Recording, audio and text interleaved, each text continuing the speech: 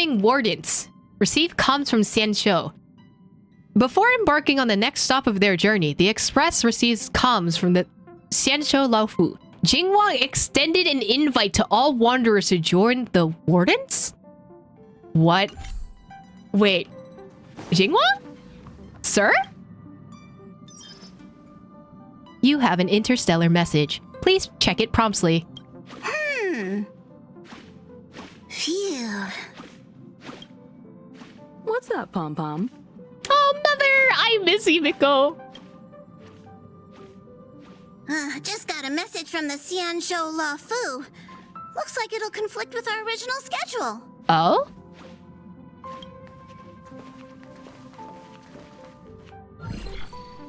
It's been a while, Hi, girly my pop. friends on the Astral Express. How's your trailblazing expedition going? Oh, this is like a live call. Hi, girly pop. Soon, the Xianzhou Loufu will be holding the Luminary War Dance. Those who have aided the Loufu in overcoming the crisis are cherished allies of the Xianzhou. Thus, on behalf of the Seat of Divine Foresight, I'm extending an invitation to attend the ceremony. Your presence would be greatly appreciated. Wow, things are getting lively. We've barely recovered from the family's Charmony Festival, and we're already being invited to another special event. I'm here for it. Although I don't know what you do at the event. Trailblazing is all about having fun. I'm still recovering from the trauma caused by last festivity. Honestly, yeah. Yeah, me too. But wait, won't it look unprofessional if we attend 2 ceremonies in a row? No. Aren't we supposed to be focused on restoring astral charts and doing some serious scientific exploration? But publicity, we have to network or something. So we should leave March behind to take care of the express? I'm Poor Dunhug bullying March! Hey, that's not what I meant. I'm all for some fun. I just hope there won't be any surprise party crashers, like Friday or Saturday. Not the Friday or Saturday is crazy! I love Dunhug, he's great. The Xianzhou Loufu has recently overcome a crisis. By holding the war dance, they're demonstrating to everyone that they've returned to a state of peace and safety. Oh, okay. But that's what everyone said before we went to Penacony. You'll be totally safe under the family's protection. No need to worry. The war dance is not like the Charmony Festival with all its hidden secrets. It's just a festival to honor the Rainbow Arbiter and the Cloud Knights, who fought against the abominations of abundance and protected the Xianzhou ships. Oh, okay. I forget that Dunhug was a part of this before. Aside from star skiff performances, it's mostly martial contests. Nothing too different from the Taiki and Roboball contest we've seen before. The what? What do you think, Himiko? Since we've accepted Miss Black Swan's proposal, we should probably head to Amphorius for refueling. There's certainly no rush. This trailblazing expedition is quite unique, and the Express needs to be fully stocked and prepared before moving on to the next stop. With Madame Herta's help, I was planning to deliver some Leviathan fossils from Kalinga Abyss to Ron May, member 81 of the Genius Society. It could earn us some favors before we set off. However, it may take a few weeks. So that means we're not going to the Loufu. I mean, we could stop by, right? Eva's not read relic lore. I have not, unfortunately. Being an adult means maintaining relationships, whether we like it or not, Marge. Since we've been invited, it's only right for the Astral Express to attend the ceremony. So here's the plan. Pom Pom will take everyone to the Xianzhou Loufu. Mr. Yang and I will meet up with Ron May and fulfill our promise. Meanwhile, you, March, and Don Hung will represent the Express and attend the war dance. Yippee! The 3 of us, let's go! What do you two think? Sounds great. Let's split into groups. Wait. I want to play with... No, I don't want to play with Leviathan fossils. No, thank you. I don't hear any objections. Now that everyone's on board with the plan, it's time to warp to the Xianzhou Loufu. Aye, aye, pom pom. Oh, y'all are gonna. Oh, wait. Discuss travel plans. Oh, let me talk to y'all first then. Kalinga Abyss. What does she expect to find there? Current research on the Leviathan merely proves how little we know about such life forms. That's why geniuses are interested in that field. Science is all about uncovering the unknown. Not that she's dropping off the kids with Uncle Jingwang to do grown-up stuff is crazy. The conversation between the two adults brims with complex jargon from assumptive... What? You didn't even let me read it! Have a safe trip! Don't miss us too much. I will! If I stumble upon some cool Leviathan fossils, I'll bring a few back as souvenirs for you. Thank you, Mother. Himeko really knows how to convince people. Between Leviathan fossils and the war dance, the latter definitely sounds more fun. By the way, Danheng, this time you'll be taking a stroll with us on the Loufu. Yeah, I'm so right? excited. And just let you two wander around aimlessly on the Loufu by yourselves?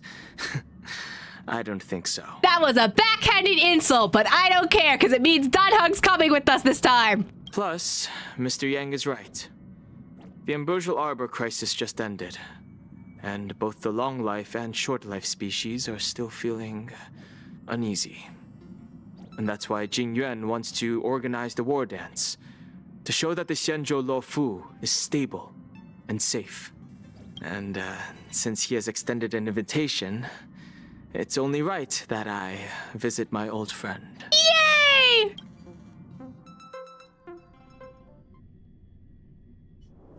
Oh, we immediately there. Okay. Coming back to this place brings back so many memories. You know? So here's something for all of you. A poem by March 7th. What? Wait, what memories? Care to spell the D? We were literally here. Hey, I'm not actually gonna recite a poem. I was just thinking about all the twists and turns we went through when we first arrived on the Xianzhou. This time, we're not being forced or enticed or chasing after wanted criminals. And we didn't have to sneak in through the cargo dock. This trip has been incredibly smooth. Quite unusual, I must say.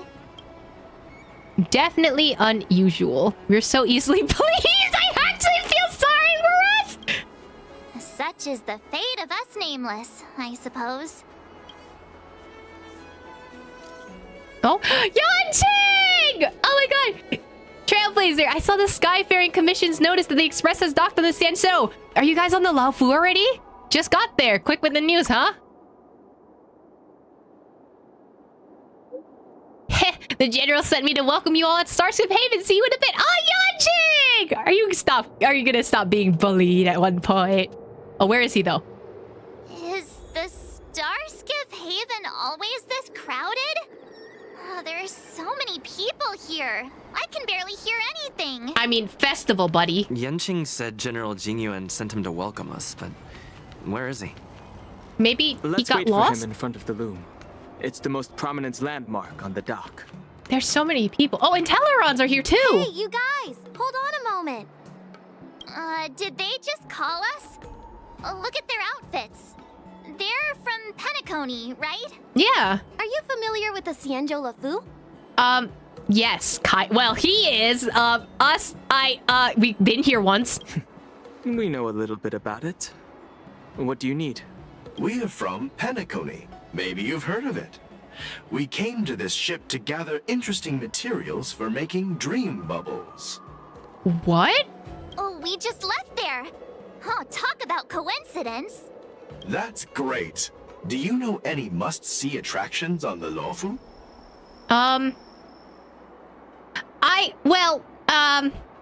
I would say ask the locals, but like a lot of the locals don't go to tourist places in general. I guess you come to the right people. We've been to some places, I suppose. Exactly. We're Xianzhou experts. Okay, I don't know about that, but... Most of the tourists around at the moment are here to attend the war dance. And that's why we're here too. Yeah, we know about that ceremony. But isn't the fighting ring still closed? I've heard the ring was actually converted from a huge decommissioned Loufu fighter jet. So it's even larger than their regular star skiff? No doubt about it. It's a massive fighter jet. It's got to be larger than a civilian star skiff. But for now, all we can do is wait until the war dance starts in a few weeks. In a before we few can board it. weeks? We've still got work to do, so we can't just sit around waiting for it to start. That's why we're asking you about some must-see attractions. Wait a minute, I thought the festival would be really, really close by, not weeks away. We're looking for unique experiences that you won't find on Penacony.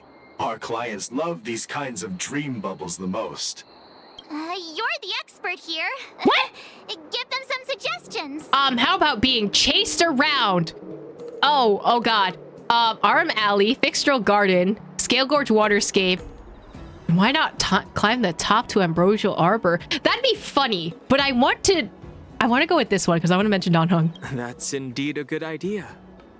While the dreamscape on Penacony is all artificial, Scale Gorge Waterscape is a celebration of nature's resurgence. It has some remarkable scenery. Awesome! I love being out there in nature. Let's go to Scale Gorge Waterscape first. I'm a bit worried that nature-themed dream bubbles might be outdated. But hey, let's go check it out anyway. See you later. Maybe we'll run into each other there in a few days. We probably will be if you're mentioning this in dialogue. Look, Yanqing's here. Really? Let's go catch up with him. How convenient. For plot. You picked Arm Alley? What did they say? There you are. Everyone, this way. Hey! Hi, buddy. Hey, everyone.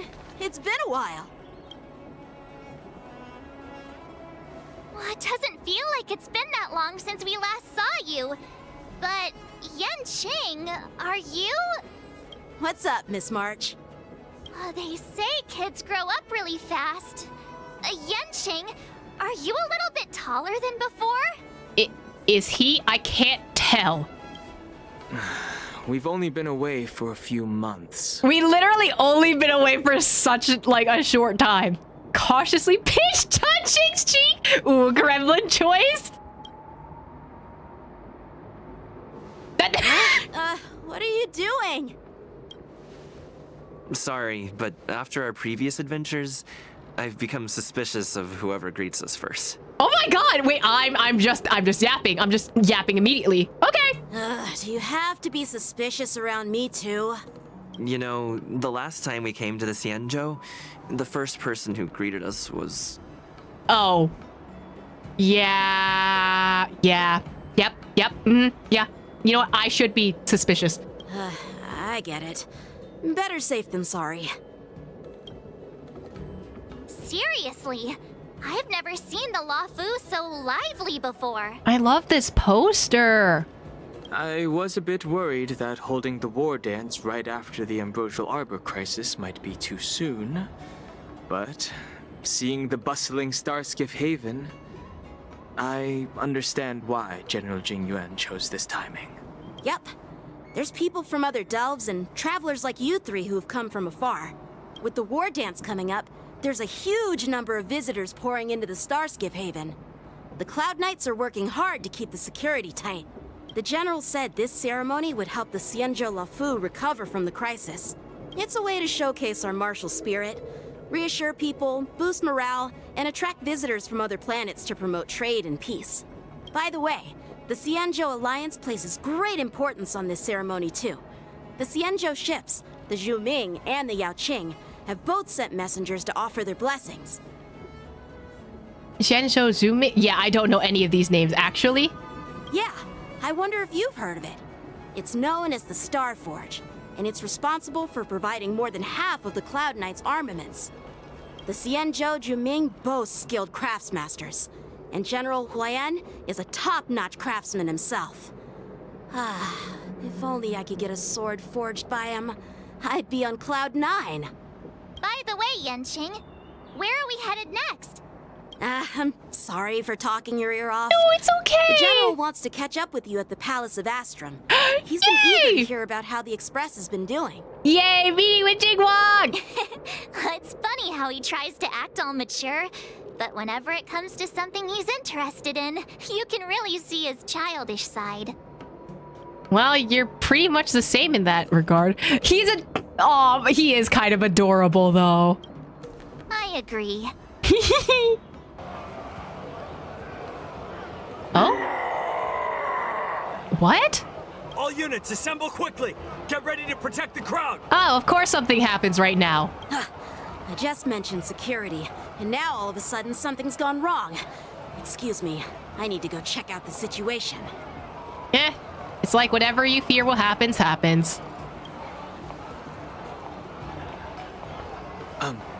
We'll go with you. Oh, okay. Oh? What is going on? Protect the civilians. I'll deal with him.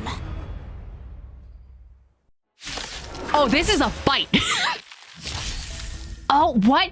Enemies with this mark can enter the moon rage state? What is this? After enemies use attacks, apply 1 stack of bloodlust to enemies units that can trigger. Oh, is this the Mara struck kind of thingy? When bloodlust reaches a certain number of stacks, the unit enters the moon rage state. At the same time, moon rage countdown appears on the action order. When the countdown's turn begins, moon rage is dispelled on all. This is Fury.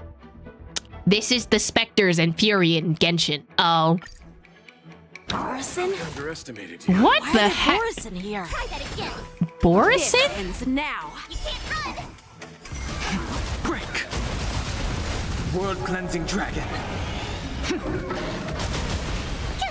Will we finally have a fight where Yanqing doesn't get his ass beat? It's cause we're here. We can protect him, okay?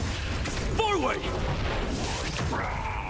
I realize I have 2 shielders and 1 healer. I don't even have... I should switch MC to Harmony, but whatever. You just poke him and he died? Okay. Hello?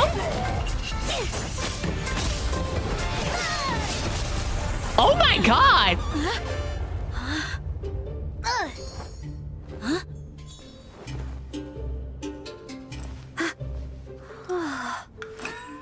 Thanks for the help. Sorry, no time to chat. Could you give me back my... Oh. No, poor Yanqing's still getting clowned on. That's crazy. Wait, where'd she go? She's just gone. Wait, my sword! Well, sorry, Yanqing. It's hers I'm now. sorry, but I'm afraid we'll have to put our plans on hold for now. I need to find out what's going on. Yeah, get your sword, buddy. Oh, hello? While we appreciate your rescue, my Xianzhou friends, don't you think it's a bit too much to detain us and our cargo? I mean, where did they come from? Sorry, but we've been ordered to detain you and your cargo for inspection until we figure out the source of the attack. Once we're done with the formalities, we'll let you and your cargo go. Oh, but this shipment isn't even meant for the Loufu. And it's IPC's patented technology. Who do you think you are to conduct an inspection? Literally the people in charge of the shipment. Like, think about it, buddy. According to the protocol, all cargo arriving on the Loufu must go through inspection. Oh, but we didn't officially enter your dock at all. We just sought refuge in your dock because we were attacked by the Borisons. Oh. Well, you're still in the dock, though. Looks like this argument could go on forever. Let's not get involved in a heated dispute that won't lead to a resolution. Oh, that sounds like something Jingwang would say, actually.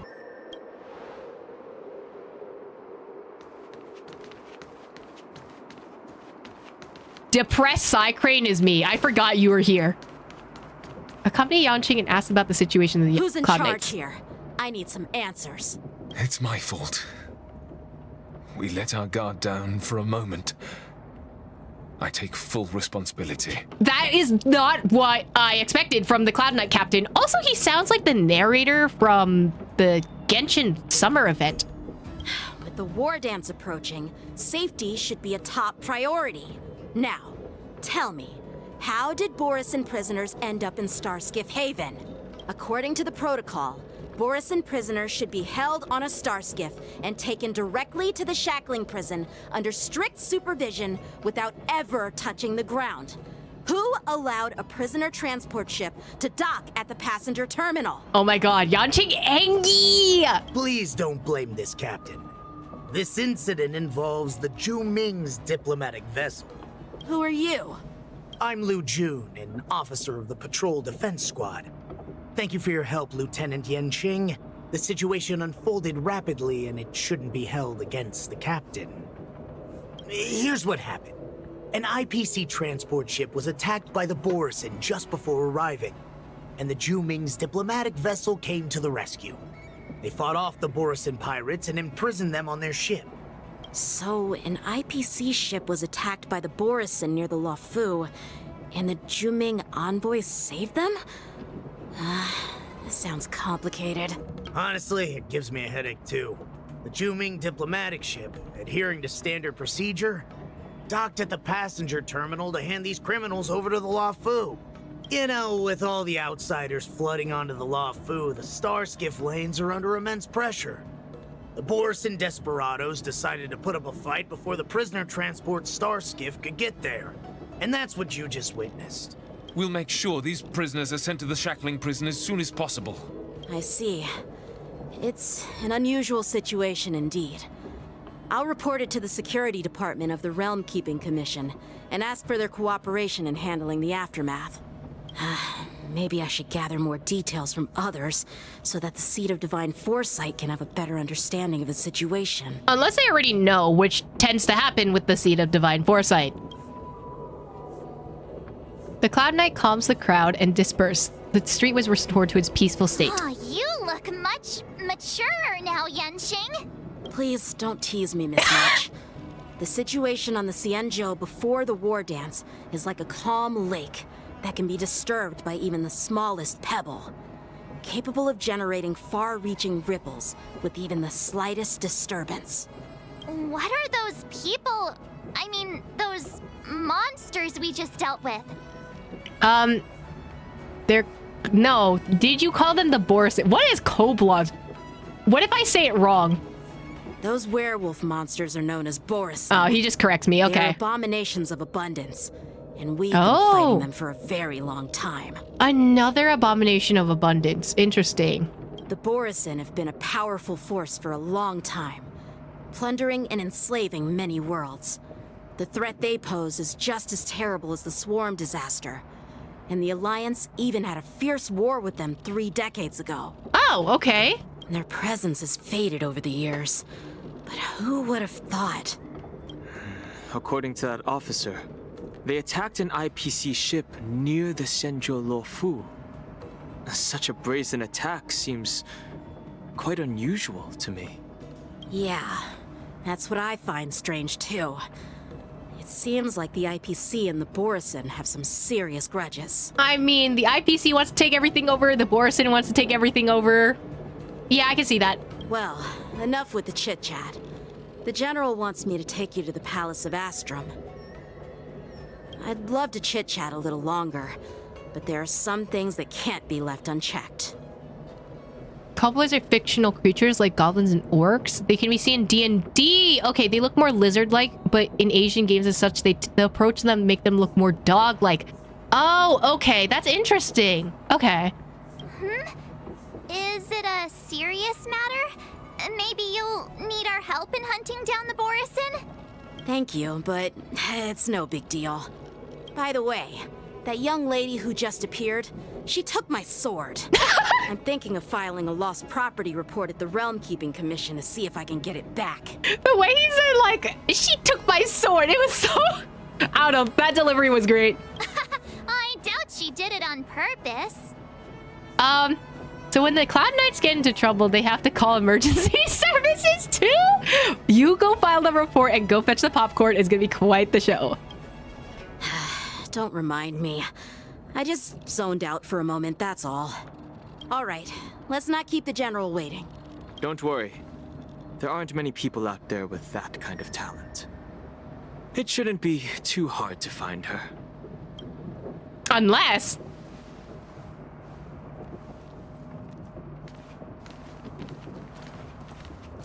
Homie is watching. What is going on? There are a lot of troublemakers around. What? Why are you staring at us for? What's your beef, bro? What you got? What's your problem? Those guys are terrible. We'll see to it that these criminals are sent to the shackling prison as soon as possible. The cleanup operation is already underway, Lieutenant Yanqing. So there's no need to worry about anything. Thanks. By the way, you're an officer of the Patrol Defense Squad, right? I don't remember meeting you before. Well, I'm just a junior officer. Oh, I don't like the way you recently just stopped returned that. to the Loufu from the front lines and was temporarily assigned here for security duty before the ceremony. Those guys are I don't like you. I mean, he could also be suspicious of Dan Heng, which could be the case. But also, I don't trust you. I think you're a little bit suspicious, my guy. It's been a long journey, Elder Hwaiyan. Thank you for your presence. What's this? Don't mention it. Thank you for taking the time to welcome me. Kwai Young? General, I brought our guests from the Express. Oh, I'm sorry for my bad timing. I didn't know you were meeting a guest, General. Don't worry, you're just in time. It's been a while, my friends from the Astral Express. Hi, Jingwong! Did you miss? I dreamed about you on Penacony as a Wild's first statement. I'm going for it. Oh. Well, it's an honor to be in your dreams, my friend. Jingwong sips whomst. This is just the line for them. Allow me to introduce you to General Hwaiyan. He's the Arbiter General of the Xianzhou Zhuming, known as the Flaming Heart. Oh. No need to be so formal. I'm just a tourist here, no different from other tourists who've come to attend the ceremony. Elder Hwaiyan is not only one of the Arbiter Generals, but also the Furnace Master of the Artisanship Commission. Oh, okay. Besides his martial skills, he excels in forging various weapons. Such talents are unique, even among the Arbiter Generals. Be it Arbiter General or Furnace Master, these are merely titles given to me long ago. I've retired several times already, but with the current change in circumstances, the Marshal has called me back to duty, and I had no choice but to answer the call. So homie is just like Miyazaki constantly coming out of retirement? Well, in the end, I'm to blame. Living such a long life naturally brings its share of disapproval. It's an honor to meet you, General Hwaiyan. Oh, look at that, they're so cute! It's my honor to meet you, General Hwaiyan. Glad to meet you, General! No need to be all formal. Today I'm just a guest on the Loufu, the same as all of you. So, these three are the ones you mentioned, Jingyuin? The heroes who helped you with the Ambrosial Arbor crisis? Indeed. There's Dan Heng, March 7th, and him. Without their help, I'm afraid the Loufu might not have easily overcome this crisis. I'm always curious as to why, for HSR, they never say Trailblazer the same way they say Traveler in Genshin. Like, for this context, Dan Heng, March 7th, and him sounds a little bit dismissive of me when they could have said Dan Heng, March 7th, and Trailblazer? But I don't know. It's a choice. I don't know. We're all technically Trailblazers, though. Yeah, I guess. But, like, I wish there was, like, another way to refer to us, even though we have a different name, you know? So, the Imbibitor Lune's reincarnation has returned to the Loufu and will attend the war dance. I'd love to have a drink with you, should the chance present itself. You're more than welcome, General Hwaiyan. And this young friend is? Yanqing, my apprentice. He remains by my side as my retainer due to his youth, which I hope will season him with experience. He will stand for the Loufu's Cloud Knights in the upcoming war dance, ready to take on all kinds of challenges. Oh, he's representing them. Oh, that's so cute. Great, great. It's a real treat to see so many talented young people around here today. Oh, I almost forgot. This is my apprentice, Yoon Lee. You stole my sword!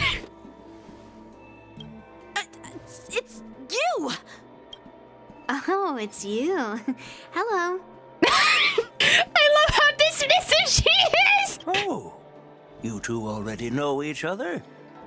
Guess we don't need any introductions then. What a coincidence! I was afraid I'd have trouble finding this girl. Oh? Now you've piqued my curiosity. Tell me, how did you two become acquainted?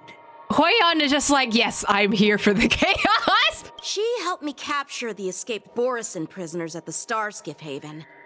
Allow me to express my gratitude for you. But when you left, you took my flying sword with you. Your flying sword? Oh, so that's why I found a dagger in my bag. Turns out it's yours. Did she just call it small? That's crazy. Yes, it is. Now that we've met again, I hope... Nope, that won't do. Homie just straight up stole the sword. Oh my god. Won't do? You want your sword back, right? Well, you can't just take it back. On the Juming, when you lose your sword on the battlefield, you have to reclaim it on the battlefield. Homie said, actually, I'm not gonna do that for you. As for this little sword, it was supposed to strike that escaped Borisin prisoner. But unfortunately, its owner's agitated state caused it to fly off like a kite with a broken string. And it missed its target. Okay, listen, we know usually Yanqing takes a lot of L's. This is way too many L's. There are too many L's happening for poor Yanqing right now. He needs to recover, my guy. By the way, if I hadn't caught it and helped it hit its mark, that Borisin prisoner would have gotten away. Hold on a sec, Yoon Lee. You took my sword without even asking, and now you're refusing to give it back? So much for Loufu's swordmasters. Oh my god. Wait, enemies to lovers. Enemies to lovers. This is... I see Jingwang's plot. I see their plot. Jingwang has lived his life between enemies to lovers. No, for real. He's just like, yes, I want the best for my son. It is time for him to go along the enemies to lovers trope. What did you just say? If you just stepped up and took your sword back from me fair and square, I would have totally respected you. But nope, you tried to play it down, expecting me to just hand it back to you like it's nothing. In front of everyone. With all due respect, you don't honor your sword. So you don't deserve it. Oh my god! Hasn't anyone told you that taking without asking is stealing? If you want to settle this with swords, fine. Let's have a one-on-one duel right now. Yanqing. He was like, please stop. Well, that's more like it. Just be careful. Because I'm not as easy to handle as the Borisin. Oh my god, I love her. I love her already. You two, be quiet and apologize to Yanqing. Hey! Whose side are you on, Grandpa? I don't take sides. That one line that she just said gave me immediate Navia. I know it's the same voice actress, but I was just like, whoa, that was Navia.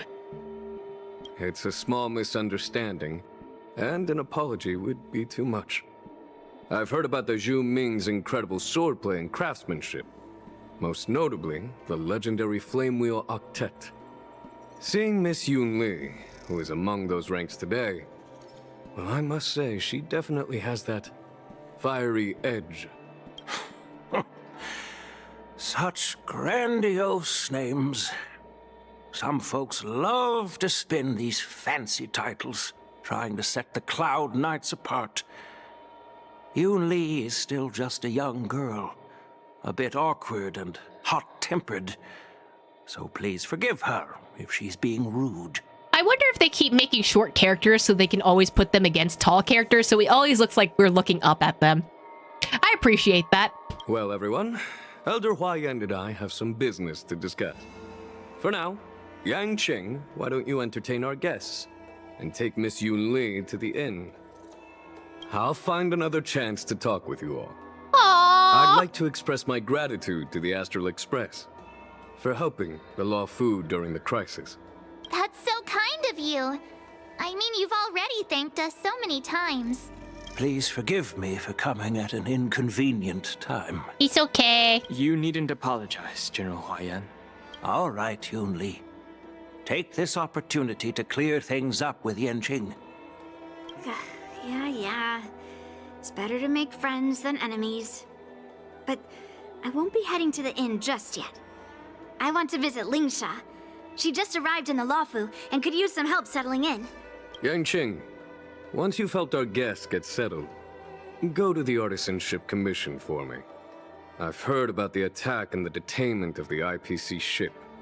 Qingzu sent word that the IPC members are protesting and wish to have their cargo back.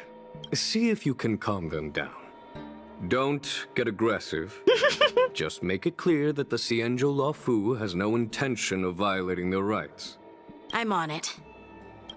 Homie's sending him on missions. Oh my god.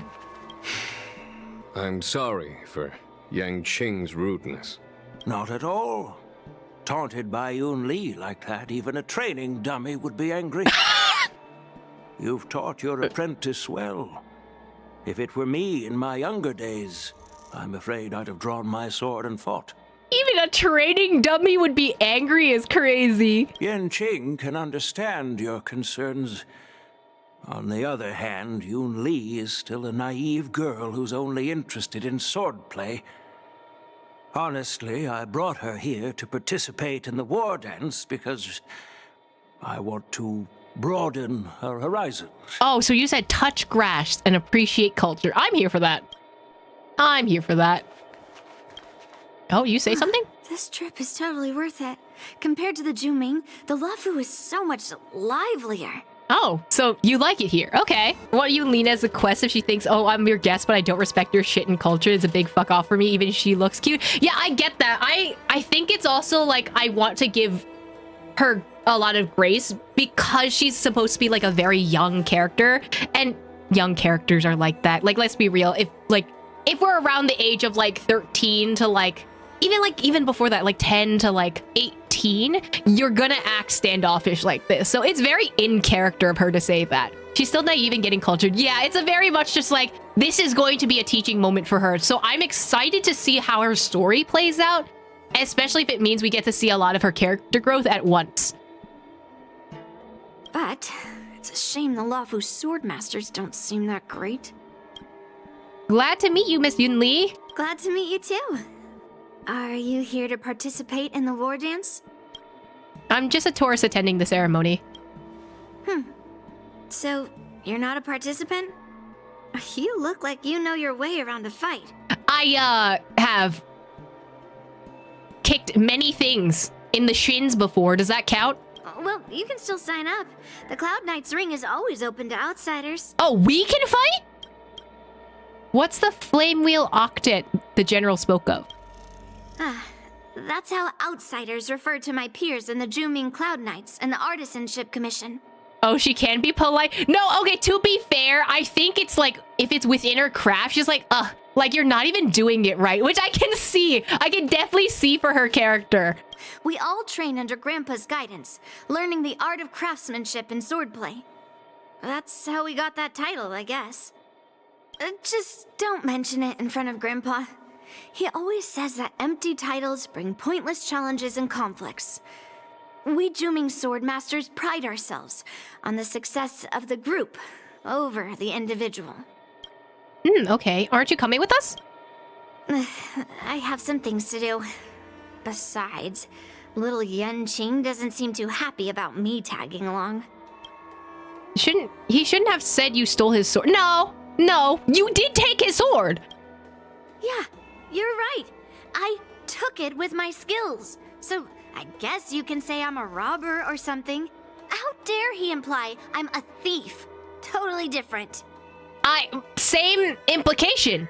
Besides, the sword seems scared of its own master. What? I'd like to ask him. You claim to cherish your sword as your life, yet you don't even recognize the state it's in right now? Wait, well, how do you know that it's scared right now? Wait a minute. I didn't intend to keep his sword. I was planning to take this chance to return it to him. But now, I've changed my mind. I'll give that poor flying sword some proper maintenance. I won't consider returning the sword unless he learns how to say please, hello, thank you, and sorry. So he can forget about it for now.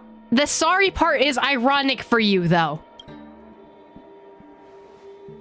You scratch your head, feeling a tingling sensation on your scalp at the thought of the impending troubles Yanqing will face.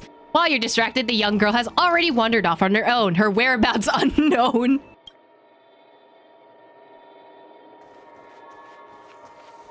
Do y'all say anything, actually? Hey, Don Hung. I thought all the Xianzhou generals were like Jing Yuan. But that General Huaiyan, he looks so thin and scraggy, as if even a light breeze would knock him over. Is that old man really an Arbiter General? Homie, he's just old. He probably has a lot of accolades and stuff. There's a reason probably why he's a general. Well, each Xianzhou ship has its own division and specialty within the Alliance. Not all of the Arbiter Generals are good at leading the charge. You heard what Jing Yuan said, right? General Huaiyan was once the head of all the skilled craftsmen on the Zhuming. There appears to be more that meets the eye. Perhaps he's a why would he be a robot? Oh, like Madame Herta. That would make sense. Anyway, it's really weird for a Xianzhou native to look so old. Girly pop, there are definitely old people on the Xianzhou. Good question. He's right there. So why don't you ask him yourself? The taunts are crazy. Is it just me, or is Danhan taunting March way more? I blame this on Nick and Caleb's Twitter escapades. Nah, I'd like to live a little longer. We should leave. General Jing Yuan asked Yanqing to entertain us, so obviously, he has important matters to discuss. Let's not waste any time here. This is the report Qingzu just sent me. Let me take a look. Looks like the general has given me a tough challenge.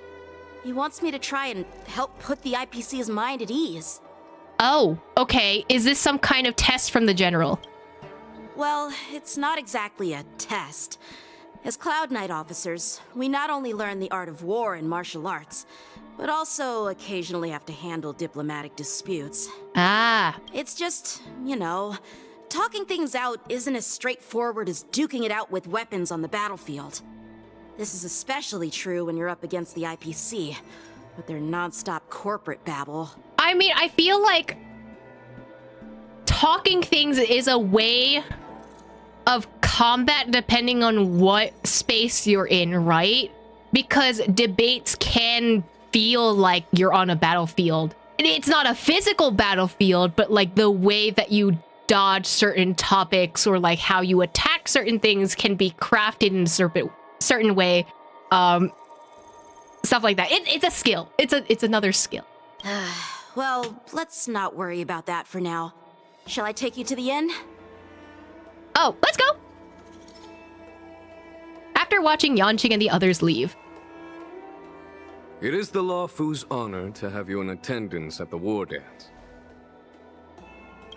Yet, the fact that a simple martial arts ceremony has attracted esteemed generals from the Zhu Ming and the Yao Qing implies intentions beyond mere spectating.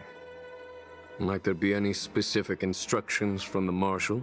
Wait. He said esteemed generals the same way that Aventurine says, friend, I'm scared now. You're overthinking it, Jing Yuan. As I said, I'm here to broaden my granddaughter's horizons. I have no ulterior motives. Squints. However, I have no clue what the Yao Qing Arbiter General has in mind. Do you remember when you accepted this position? I told you that an Arbiter General's battlefield goes beyond the physical one. You'll need to lead and manage everything on the Xianzhou. The title of Arbiter General holds a weight far greater than its literal meaning. So many years have passed, and you've done well. However, longevity for the Xianzhou people can be a curse. Living too long means that every mistake you made will lurk in the shadows. And one day, they'll eventually catch up to you. The Marshal knows everything that has happened on the Loufu. The ins and outs of the Ambrosial Arbor disaster. Oh. Liao Qing, she has come specifically for you. Huh? Why did you stare into my eyes when you said that? Speaking of which, why hasn't she arrived yet? They say the Merlin's claw strikes like lightning. Being late isn't her style. That's not true, General Huayan. She's been here a while, but I'm sure you've heard of her unbridled nature. As soon as she disembarked from the star skiff, she mentioned having something to attend to, and simply disappeared. You must be the messengers from the Xianzhou Yao Qing, I assume. We are Jiaoqiu and Moze, retainers of the Merlin's Claw. It's an honor to meet you in person, Arbiter Generals. Now this is interesting. A guest who doesn't come to visit but sends a message instead. What does she mean? Tell me, what could be more important to her than coming here? Master heard about a spectacular view in Scale Gorge Waterscape. I believe she went there to enjoy it. Oh. She was like, nah, I'm gonna go sightseeing, it's fine. A spectacular view? Did you hear that, Jingyuan?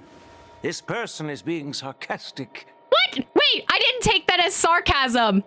Please do not misunderstand me, General Huayan. I was simply stating the truth. Master thought it would be inappropriate to keep you waiting, so she sent us here. Not trying to ship everyone in this game, but this game is making it hard to avoid. Right? As the way that they're looking at each other is just like, come on! Once she's finished with admiring the scenery, she'll personally come and apologize to the both of you.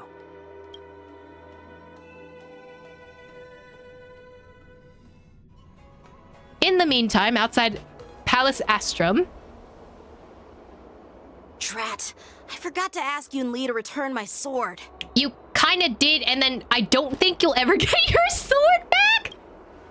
Unacceptable. Every sword is precious to me. If it weren't for the General's interference, I would have taught that shameless girl a lesson in swordplay. By the way, I don't know if it's just me, but the General seemed a little reserved. Could it be because of Elder Huayan's visit? I mean, it's business and probably politics. Reserved? Really?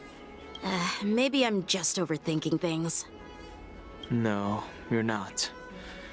When I entered the Palace of Astrum, I realized that the messenger from the Xianzhou Zhuming was actually the Arbiter General himself. So, the messenger from the Xianzhou Yao Qing must be the Merlin's Claw herself, I presume. That's right. Well, that's what makes this entire thing so unusual. Like the main party members being the messengers, yeah. What's so unusual about it? They simply received an invitation from Jingyuan, just like the crew, right? The war dance is just a small festival. And now we have 2 Arbiter Generals from other Xianzhou ships here. I'm afraid they're here for something more. Possibly a meeting that's more serious, if anything. Maybe they've come to hold Jingyuan accountable for the Ambrosial Arbor crisis? Could be. Hold him accountable? Come on, didn't the Loufu fall victim to the disciples of Sanctus Medicus and the Antimatter Legion? Why would they blame the victim? Because people love a scapegoat? Donshu's rebellion and Ventilia's scheming are merely one side of the story to the other Arbiter Generals of the Alliance. only a single piece of incontrovertible evidence remains, creating an endless source of potential complications. The ambrosial arbor. Yes. It's undeniable that the plague mark, which was subdued by the Xianzhou Loufu, has resurfaced. But was it really a conspiracy instigated by the Antimatter Legion? Or does it indicate a traitorous intent from within the Loufu, implicating Jingyuan himself? Okay, so it's kind of like the Penacony plot. They're worried about that again. Okay. Once the spark of suspicion is kindled, it proves hard to extinguish. We can vouch for Jingwang, though. The general must have had that in mind when he invited us to attend the war dance. What was I thinking?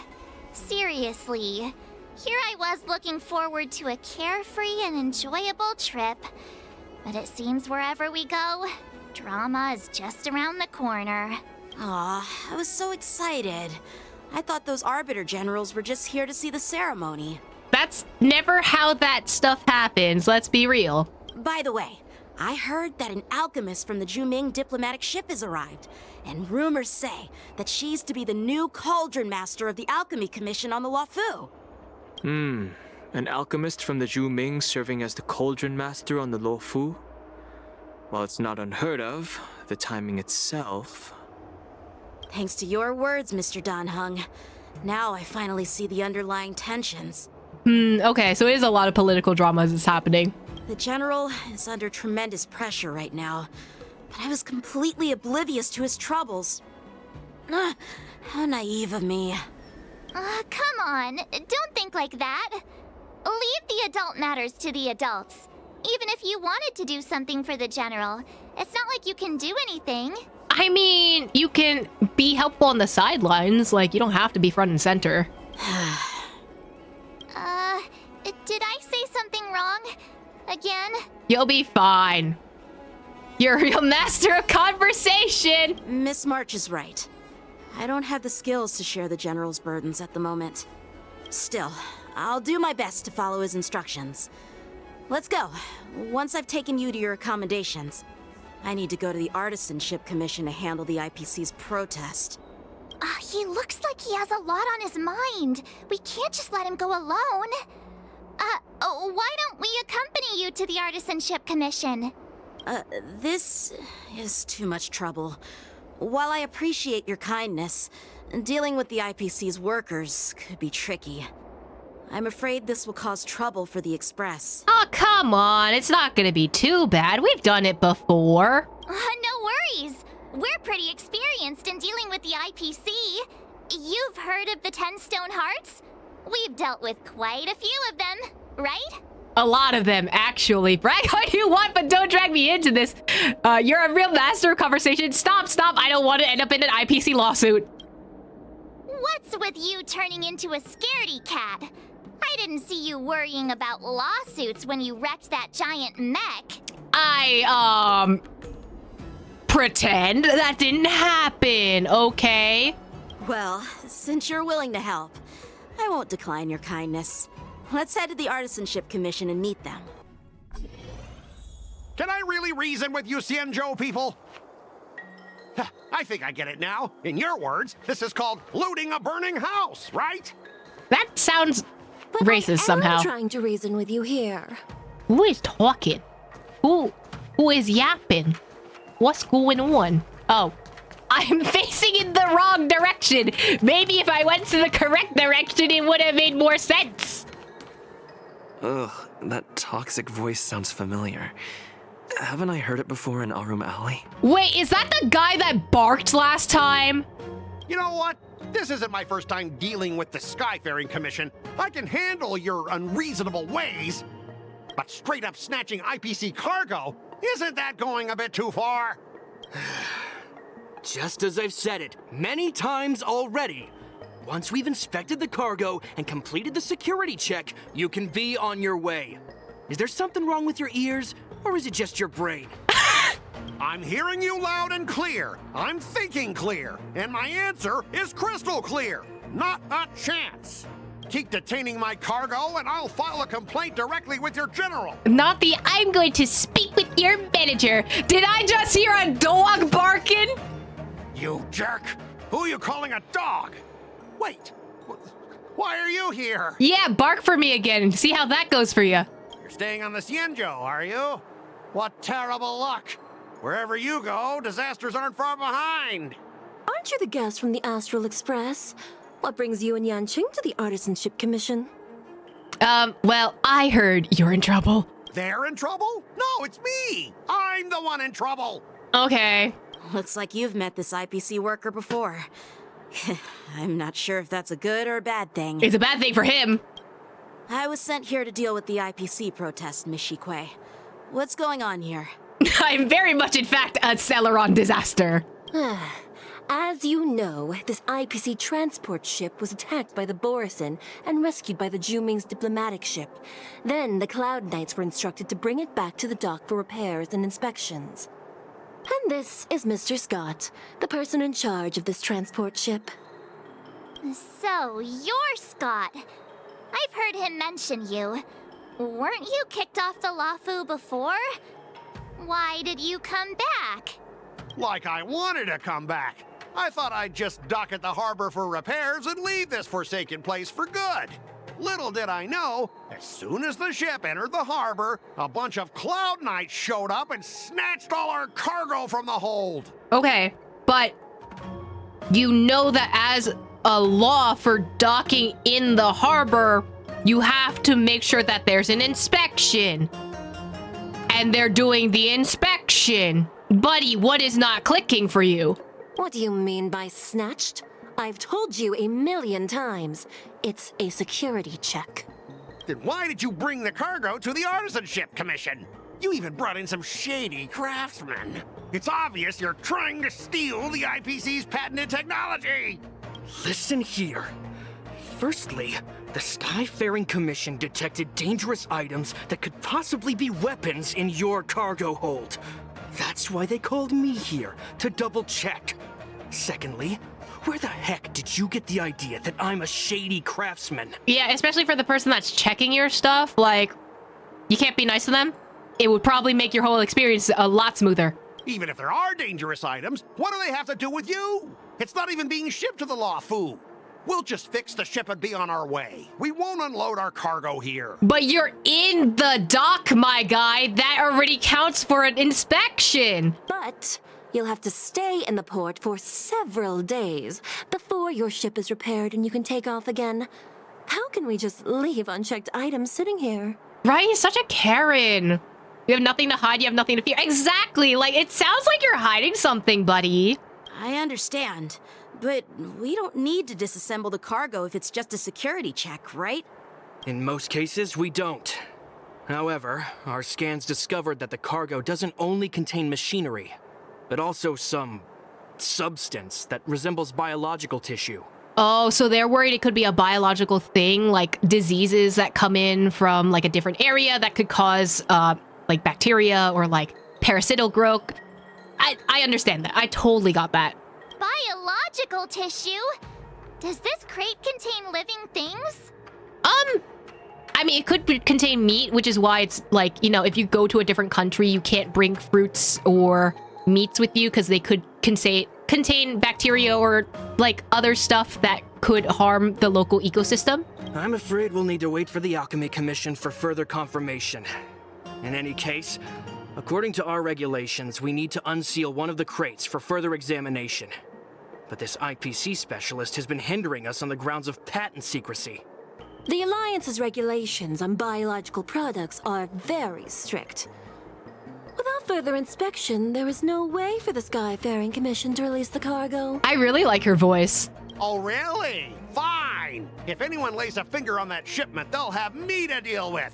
It doesn't matter if it's mechanical or biological. It's none of your business. I'm filing a complaint against the Skyfaring Commission's ridiculous regulations. Okay. This Mr. Scott seems stubborn and difficult to persuade. Honestly, I really don't want to have a vicious confrontation with the IPC. Let me at him. Well, I know a thing or two about convincing Scott. I got this. I heard how you helped Aramali. The IPC representative back then was Mr. Scott, right? Since you've dealt with him before, it looks like I'll have to rely on you again. What are you guys whispering about over there? Just hurry up and give us back our cargo. Oh, so you're worried about our business when you were just like, I don't want people messing into my business. Okay, so... Oh, at the end of negotiation, if your morale's higher than or equal to your opponent, it's considered a successful negotiation. Otherwise, it's deemed a failure. Oh, no, stop. I'm so bad at negotiations. During the negotiation process, if either party's morale drops to 0, the negotiation immediately ends. Your negotiation choices will lead to different outcomes, which can either increase or decrease your morale. As you make choices, the negotiation processes until the number of negotiation rounds drops to 0, at which point the negotiation ends. During your negotiation turn, you can use negotiation strategies to apply various negotiation techniques to help you succeed. How many times will we write negotiation in this one instruction? Here you can view your opponent's information. If you're unsure what to choose, click to view. As I recall, this guy won't listen to reason and can only be persuaded with intimidation. But he does seem to follow rules to some extent. Let's use that against him. Speaking of regulations, we have our own laws and regulations too. According to Article 4 of the Xianzhou Alliance IPC Trade Consensus, the Alliance and IPC shall never infringe on each other's intellectual property rights. Proposals from a legal perspective. Start by making him feel uncomfortable. Use Yanqing's identity to intimidate him. Remind him of his embarrassing past. Oh, I could go with 3 or 4. I think we should go... He will back down if I use Yanqing's identity. I think we need to establish an identity and then refute his argument. Back in Arum Alley, you were dealing with civilian merchants, where you could use the IPC's name to scare them. But this time, the Cloud Knight Lieutenant standing before you represents the will of Loufu's general, and won't be intimidated by your words. Of course. I'm sure we both want a peaceful resolution. Yeah, that's true. Of course, I want things to be resolved peacefully, but aren't we getting stuck in rigid formalities here? Even if we set aside the secrecy of intellectual property, these prototypes built by the Intelligentsia Guild are incredibly valuable, beyond your wildest imagination. If anything goes wrong, you won't be able to pay for it even with your lives.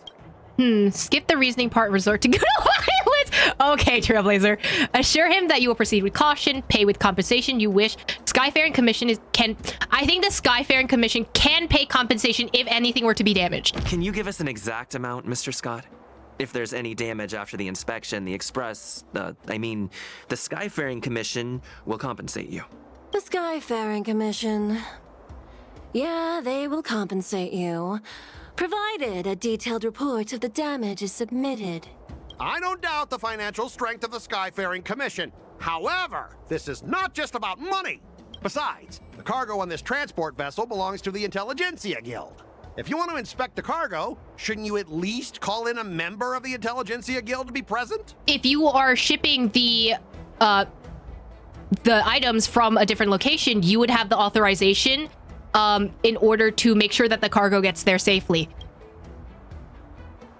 Escalate, show him your extensive connections, try to resolve this according to Xianzhou regulations, try to resolve this according to IPC regulations.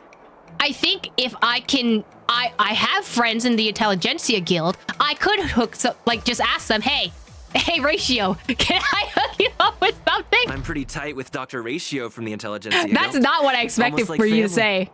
Doesn't that make me practically a member of the Intelligentsia Guild too? Okay, that's not what I expected at all. What's all this nonsense? Even if you were married to him, you still couldn't represent the Intelligentsia Guild. We both need to follow the regulations, because that's how the IPC and the Xianzhou operate, right? As an IPC worker, I have to abide by its regulations. If I make an exception and allow you to inspect the cargo, it'll spell disaster for me. But if you don't get the cargo out of the shipment to get to the IPC, then you would fail your mission anyway. Not try to bribe him. Xianzhou people are just following their own rules, talk about unpromising career prospects. Swallow your pride and beg him. No, I'm not making Caleb do that. I think the Xianzhou people are just following their own rules, similar to how you are. Everyone has their own set of rules. Now that you're on their turf, shouldn't you follow their rules too? Yeah, I get it. I know I'm on the Xianzhou, But if I violate the IPC regulations, I'll be in deep trouble when I get back. There you go. That's all you need to do. Well, you guys sure know how to argue your case. I'm not even arguing. I'm just giving you facts. Like, straight up. Fine. I'll allow you to do the security inspection. It's just that, I need some time to sort things out. This is a big deal. Let me talk to headquarters first. So, Mr. Scott, are you just stalling for time and planning to leave the Xianzhou as soon as your ship is repaired? To avoid the Skyfaring Commission's inspection? Well, IPC staff are free to come and go, as long as they don't break any laws. Yeah, you've got some insight there. Who are you again? Not the who are you again is crazy. Oh, who's this? Allow me to introduce myself. I'm Lingsha, Cauldron Master and head of the Alchemy Commission on the Loufu. Oh, why you got Arlecchino hands? Could she be? She just mentioned Dan Heng. She literally just said, buddy. Yeah, she's the new Cauldron Master assigned here from the Xianzhou Zhuming. I received a report from the Artisanship Commission about cargo containing samples of unknown organisms. It said they needed help from the Alchemy Commission. I had nothing better to do, so I came myself. The nothing better to do is nudge nudge wink wink. It's fine, Mr. Scott. I love her hairpiece. If you really don't want your cargo to be inspected, it doesn't matter. It doesn't matter? How can you say that? Why are you being so nice all of a sudden? Well, since you're not going to check it, I'll take this crate and be on my way. Is that okay with everyone? Fine, I guess. Although I know she has a backup plan somehow. Yeah, sure. Why should I object? Not only this sample, but all the goods on the transport ship are yours to keep. Like I said, we won't inspect them. Wait a minute! Just take the hint, buddy. Take the hint. Back down. There you go. Well, that's more like it. If only the young displayed a more reasonable attitude, we could have sidestepped that altercation just now. Altercation is a stretch, but okay. Our ship will leave in a few days once the engines are repaired. Your ship can leave whenever you want, but I'm afraid I can't say the same for your cargo. According to the import and export regulation signed between the Xianzhou and IPC, all biological shipments can only leave the port when they have confirmed to be of no threat, or when all biological activity expires. Since we can't determine if your shipment is safe for the environment, I guess we'll have to wait for its biological activity to expire. Let me check the previous cases. Normally, it'll only take around 47 star calendar years. I love her. I love her sass. Only 47 years? Uh-huh. So how do you feel about that inspection now, buddy? Why so surprised? You're still young and full of energy. I'm pretty sure you'll live a few more decades. Have some confidence in yourself. A few more decades is just a little... I love the way that she said that. Ha! Typical of a long-life species. Your words are dripping with sarcasm. While you may not care about time, I do. I'll be demanding double compensation from the Skyfaring Commission for every minute wasted. Okay. Sure thing, Mr. Scott. You seem pretty confident that your career and life will last long enough to witness this victory unfold.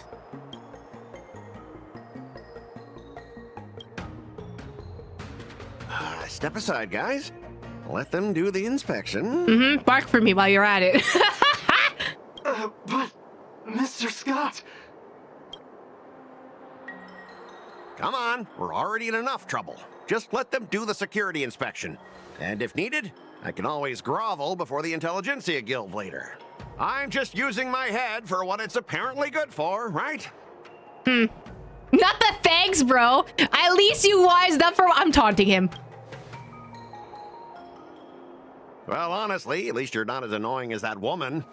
Oh, so you're a misogynist as well? Just get on with the inspection. Don't act all chummy with me now that you've got your way. Okay, don't act chummy with me either. Like, get on your way, do your thing. Fix your shit, buddy. This lady was really something else. Right, he needs to bark again, 100%. Is this the IPC product? Listen up. Any damages caused by inspections will be filed with the IPC. Oh? That's not good.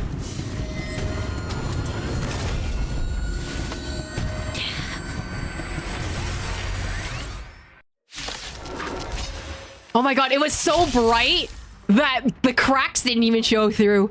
When an ally is inflicted with Terror Grip, attacking the caster of Terror Grip once can dispel Terror Grip. This is just Bond of Life. Or targeting. When Terror Grip ends, the caster of the Terror Grip is not attacked to dispel Terror Grip, then affected ally will fall into terrified state and be unable to perform. Okay, so I need to get the Bond of Life off of me really fast. Well, how unexpected. That was a surprise. It'll be fine. Look, Don Juan can clear everything. You'll be okay. Watch this awesome move. Ooh. The voice is interesting. The headpiece looks like the headpiece for Sino a little bit. Try that again. I wonder if they base that off of like wolves or kitsune, kind of. Or like similar to like an Anubis shape. Ooh, I don't like that you say erosion in full text. Interesting that you say that though. Rise. Abnormal. These are abnormal attack mode. Try that again. Watch this awesome move. His voice is so deep for a bot. Right, erosion? In my Honkai Star Rail? It's more likely than you think. Break.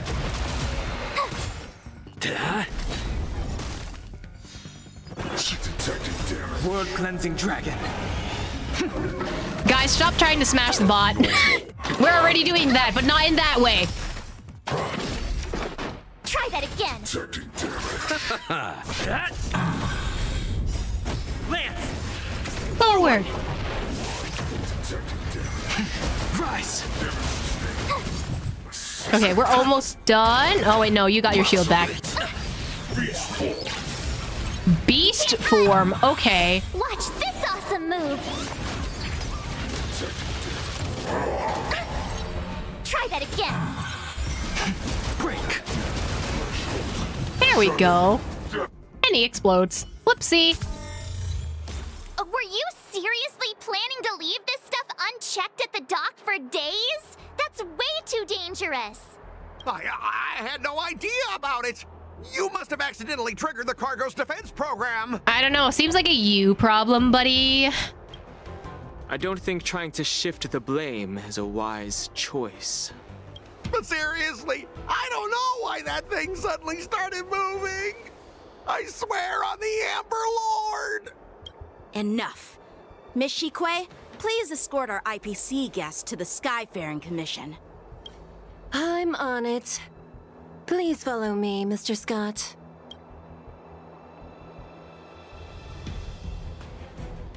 Bye.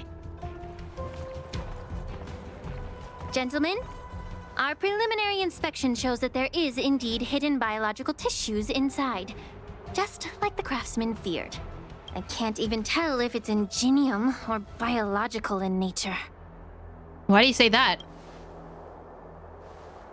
The core of this device is what they call wetware in industry slang. To put it simply, this machine operates with a kind of biological nerve as its control center. Wait, hold on. So the IPC just made Daleks? Basically? Like a squishy interior body with a mechanical outside?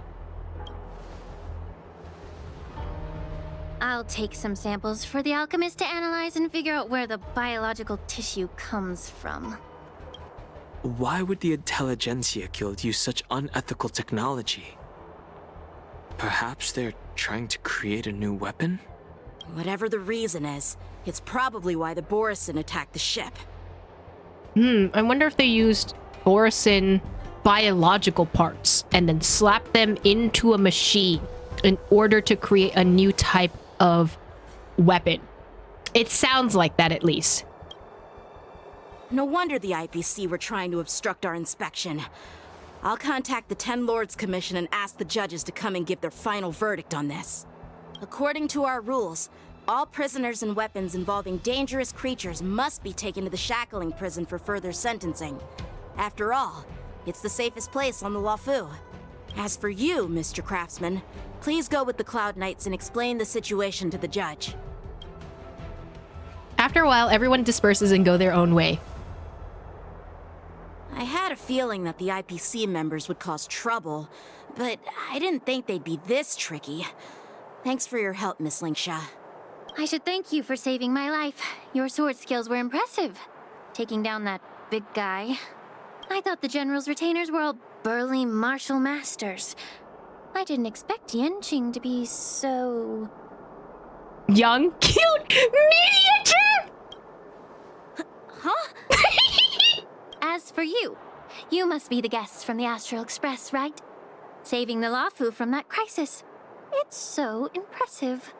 It wasn't a big deal. Really. It's still early. So why don't we get some tea at the Alchemy Commission? I'd love tea. We can discuss your suggestions for revitalizing the commission. I'd be happy to accept your invitation. And you three are coming too, right? I'm down for tea. Y'all say anything afterwards? Nothing to see here. These machines are to be shut down. Keep your distance until then. Oh, this looks... oh god, it's a big guy! He's so big! I don't like that. Sushang! What are you doing here, girly pop? Oh, you're back. Why didn't you say anything in the group chat? I'm on duty. Let's catch up later. Oh no! Why are you standing guard here though? Because of someone important. So stop asking and be serious. I'm on duty right now. Stop hanging around here and find something better to do. Once I'm done in a few days... In a few I'll days? go away in Wawa, and let's grab a meal at Aurum Alley. It's been ages since we hung out. Okay, we will. Goodbye. Bye! Bye, Sushang. Do your thing at work. I miss you, girly pop. All these years, and the view at the Alchemy Commission hasn't changed a bit. The tides come and go, but the ancient sea remains the same. For us Vidyadhara, there's nothing more nostalgic than our homeland. You're a Loufu native, Miss Linksha? Yes, I grew up here, listening to the sound of waves while researching prescriptions with my mentors and peers at the Alchemy Commission. It's kind of sad, isn't it? Everything changes, but somehow remains familiar. Just like you, Don Hung, I traveled far from home, and now I've returned. Seeing the familiar scenery brings back a hint of nostalgia. The view here would be even better without the ambrosial arbor. Oh, really? I think that towering tree looks pretty impressive. Even if it's impressive, it's a plague mark. The Xianzhou have been fighting abominations for thousands of years. And now that the ambrosial arbor has been reborn, it's only natural for everyone to feel uneasy. Well, once a seed is planted, no matter how long it takes, it'll eventually sprout and bear fruit. I don't know if you mean like bear fruit as in the negative term, like something bad will eventually happen because the tree is here, or if you mean that something will come in light out of the fact that this tree is here. In my humble opinion, the rebirth of the ambrosial arbor and the resurgence of the disciples of Sanctus Medicus were inevitable. The seed was already planted when the ancestors of the Xianzhou sought immortality. Well, I thought we were here to have some tea, but where's the tea? Well, I think this is important to talk about. I don't think it's a speculation, but it's very serious. I'm gonna go with jokey. My bad. Well, since you went through the entire ambrosial arbor crisis firsthand, Dan Heng and Lieutenant Yenqing, I'd like to discuss something with you. What about us? What are we, chopped liver? What would you like to discuss, Miss Linksha? I was lucky enough to be chosen by the Alliance to come in and clean up all the old grime in the Alchemy Commission. Is that code word for getting rid of people who are bad? Honestly, the Alchemy Commission is riddled with problems and has reached a point where fixing it seems impossible. I'm looking to remedy this problem, but was wondering if you could provide any insights. Well, even though I'm a Vidyadharan like you, I'm an outsider, just like my companions here. I can't really say much about a remedy, but I do have a piece of advice, Miss Lingsha. The Vidyadhara and the Alchemy Commission on the Loufu have always been intricately connected. If you cannot distance yourself from these ties, Miss Lingsha, changing the situation within the Alchemy Commission may be quite challenging. I may not know about politics, but I do know that the disciples of Sanctus Medicus have been operating within the Alchemy Commission for years. If you're determined to root them out, maybe you should discuss it with the General. I see. Thank you for your valuable insights. While the Lux Arrow from the Rainbow possesses unparalleled power to sever the Ambrosial Arbor, it can't sever mortals' desire to prolong their existence. Just like how the Cloud Knights can eliminate the remnants of the disciples of Sanctus Medicus, but are unable to calm the hearts and minds of the people within the Alchemy Commission. Our Xianzhou forebears knew this well, and that's why they entrusted the duty of guarding the roots of the Arbor to the Vidyadhara. However, the Vidyadhara are still only mortal beings. 30 years ago, my mentor served as Alchemy Commission's Cauldron Master. She recognized the emerging undercurrents and sought to cleanse the source of the disturbance. Unfortunately, even though she was skilled in the art of healing, she didn't understand the human heart or how to eliminate the sickness lurking within the depths of the Alchemy Commission. In the end, she was framed and exiled to the Juming. I was also implicated and had to leave the Loufu. And guess who arbitrated the case and handed down the sentence? None other than General Jing Yuan himself. Oh, so they all have beef, is what I'm getting at. Okay. What? You heard it right. The ones responsible for the corruption in the Alchemy Commission are not just the remnants of the disciples of Sanctus Medicus, but even the Divine Foresight himself.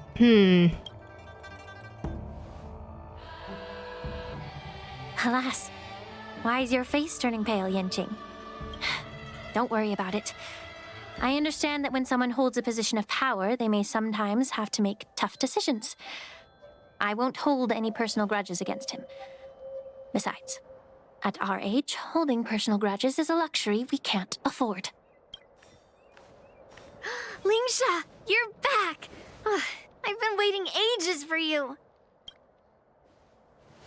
Oh boy. Yunli! Why aren't you with your grandpa? What brings you to the Alchemy Commission? The way Lingsha just switched up her speech like that is crazy. Well, let me take this opportunity to introduce you to Yanqing. Oh boy, we're doing the song and dance again. Can you give back Yanqing his sword? What a small world. You stole my sword.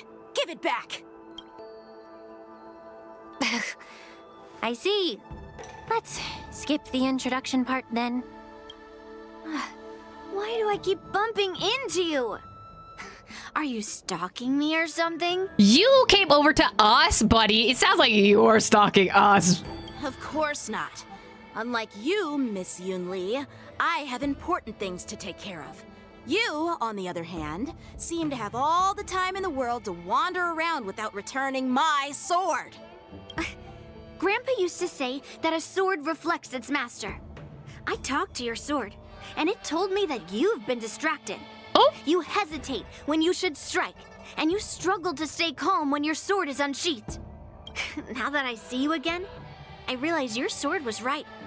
It wasn't me who took your sword. It was you who lost focus. Damn! Do you really expect me to believe that nonsense? I've been taking it easy on you because you're a guest from the Juming. But you're not taking the hint. Don't people from the Juming know you're supposed to return what you've borrowed? Just look at this flying sword. Even if I gave it back to you now, it'd just be taken away again in a few hours. You know the Cloud Knight saying, a Cloud Knight must never let slip their weapon. Yes? Well, sure, I can give it back to you now, but on the battlefield, that's a whole different story. Poor flying sword. Fine! You don't have to give it back, because I'll take it back myself! Oh my god. Oh, to be young, to have a witness of impulse. Between these two, who do you think is tougher? Don't get me wrong, I'm just curious. Yunli, 100%. Yanqing would bend to her will. Get ready to separate them. It is my first day at the Alchemy Commission. A brawl is definitely not how I imagined celebrating it. Well, since you don't approve, I won't draw my sword here. I didn't mean it in that way. Since you've already drawn your swords, you'd be disappointed if you didn't get to test one another, right? I've received reports that the delves near the Alchemy Commission are still infested with abominations. Seems like my predecessors left quite a mess. So, if you two want to determine who's better, why not focus on them instead of each other? Big Sis was just like, all right, if we're gonna be fighting, we're gonna clean up at the same time. This is the Toma Ito situation all over again, huh? Clearing out some abominations? Sounds boring. It's the Cloud Knight's duty to eliminate those abominations. You don't have to ask me twice, Miss Lingsha. I'll help you get rid of them. Oh, you think you're the only one who knows how to behave? If Lingsha needs anything, I'll gladly draw my sword and help her out. It's so heartwarming to see both of you being so sweet and caring. So then, shall we get going? Bro, I love Lingsha's VA so much. Oh my god. Lingsha and Danhung are like the older siblings, Ever since yeah. the disciples of Sanctus Medicus were eradicated, their experimental abominations have been festering here. Bro, the way that she just says her lines are just so good. Oh my god. If you want a contest, I'll be the referee. The one who kills the most abominations within an hour wins. Lingsha, as always, you're still an expert in making unpaid work sound so noble and grand. It's for your own good, little Yunli. While you desire to compete against each other, I don't want to see either of you getting hurt. That's really thoughtful of you, Cauldron Master. So, are you both ready? Oh, am I? Okay, I'm Yanqing. Ugh. Looks like my predecessors left. Let me say it again. The one who kills the most abominations within an hour wins. Be careful when you draw your swords and make sure you don't hurt each other. I will try my best, although there are probably no promises. Can we start now, Lingsha? Oh, I don't have a good team for this. You got rid of my healer! When Yunli takes action, she will use attacks to defeat the enemy first. The numbers of enemies defeated by Yanqing and Yunli is recorded here. World cleansing dragon. You got rid of my healer, though. Break. I didn't expect someone who can't even hold on to a sword to actually have some skill. Damn. Here. You put two shit, but my healer, my guy. Strike with heart. Leap through clouds. You've got style with those moves. But you're not striking where it counts. It's such a shame to see you misuse your sword like that. Bro! Blade and flight! Hit. Okay, if Yunli is a multi-attacker and Yanqing is like a single attacker, this is so unfair. Leap through clouds! We literally just set it up for her. Bruh. See? I won. Your technique was all over the place, and you relied too much on speed. Is this really all the Cloud Knights of the Loufu can muster? So disappointing. All you did was chop down a few monsters. Don't get carried away with yourself. Oh, well then I'll give you a chance. Defeat me or hand over all your swords. If you're trying to pick a fight, just ask, because I'm ready for ya. Oh!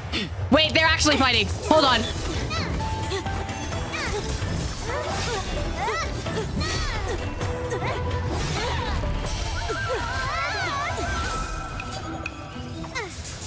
Guys, can we not do this in the town?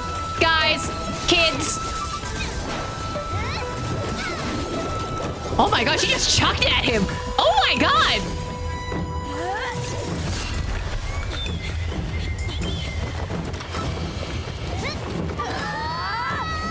She kind of gives me Ponyo vibes.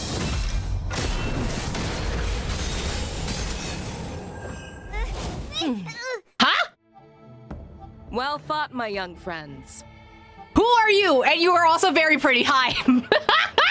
Stop. Her eyes are so pretty. However, both of you have shortcomings.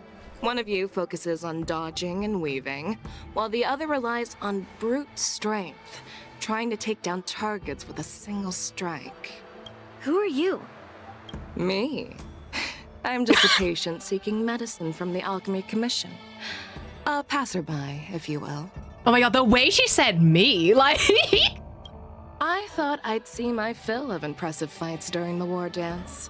Yet here I am, able to witness a remarkable fight at the Alchemy Commission, of all places. Well, the Loufu is never short of surprises. However, I have a small suggestion for you. Why don't you settle this dispute fair and square in the war dances ring? That way, you can resolve your differences with a proper duel and put your grudges behind you. Grudges? No, not at all. Yunli and I, we were just sparring. Sparring? You summoned your flying swords and she swung her sword with full strength. No grudges between you. I don't believe it. Aha! She's What so brings pretty. you here, Stop. Lady Fei Xiao? Have you finished your health consultation with the dragon lady? The color choices for her are so pretty too. Fei Xiao? Grandpa always talks about you. Could it be that you're... The Merlin's Claw of the Xianzhou Yaoqing? Looks like I'm quite famous on the Xianzhou Loufu, too. Of course. Everyone has heard of the great general. Known to all, and unbeknown to none. Great General? Isn't that title a bit too narcissistic? I don't like it. Ooh, I heard there's a dozing general on the Loufu, so I came up with a humble nickname for myself. The Lacking General. Lacking in worries, regrets, and rivals. The wig! Sounds much better, right? Yeah, that's a befitting title that sounds both humble and impressive. Now that the sparring session is over, She did not like that nickname. Yunli, shouldn't you politely thank General Fei Xiao for her guidance and bury the hatchet? Here's your sword. Keep it safe. Or it might get taken away again. By the way, we haven't settled the score yet. I'll defeat you fair and square next time we fight. This is how she apologizes? Now that I finally got my sword back, I should report to the seat of divine foresight. I'll take my leave, General Fei Xiao. Please, this is the only W that you're gonna get. Please just go. It's fine.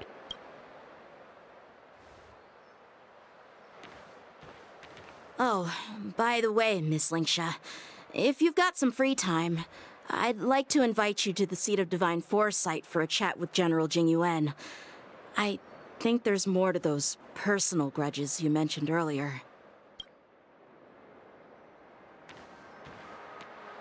Thanks for stepping in, General Fei Xiao. Otherwise, I'd have had to knock them out with my incense. I love her design so much. I so want to cosplay her now. Just look, she's so... I would actually wear this as like regular like fit wear. Like it's so pretty. Like it looks so good. Not at all. Just doing what you asked. How about we call it even as payment for the healer lady's consultation? Sorry, but even a general needs to pay their bills. We don't do credit here. And let's not forget, you'd have been waiting decades for a chance to see the Dragon Lady if it weren't for me. I wonder if this is going to be the new setup of like the general versus like the assistant, kind of like Jingwang and Fushuan, kind of. Well, you can always send the bill to the Seat of Divine Foresight and say it's for mentoring those kids. After all, it was quite the effort splitting them up. I nearly had to get tough. Now, if you'll excuse me, I need to find a spot and get some fresh air. I love that they're sparring, but with words specifically.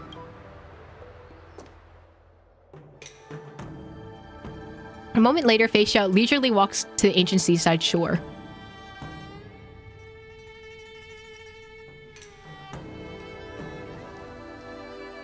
Oh.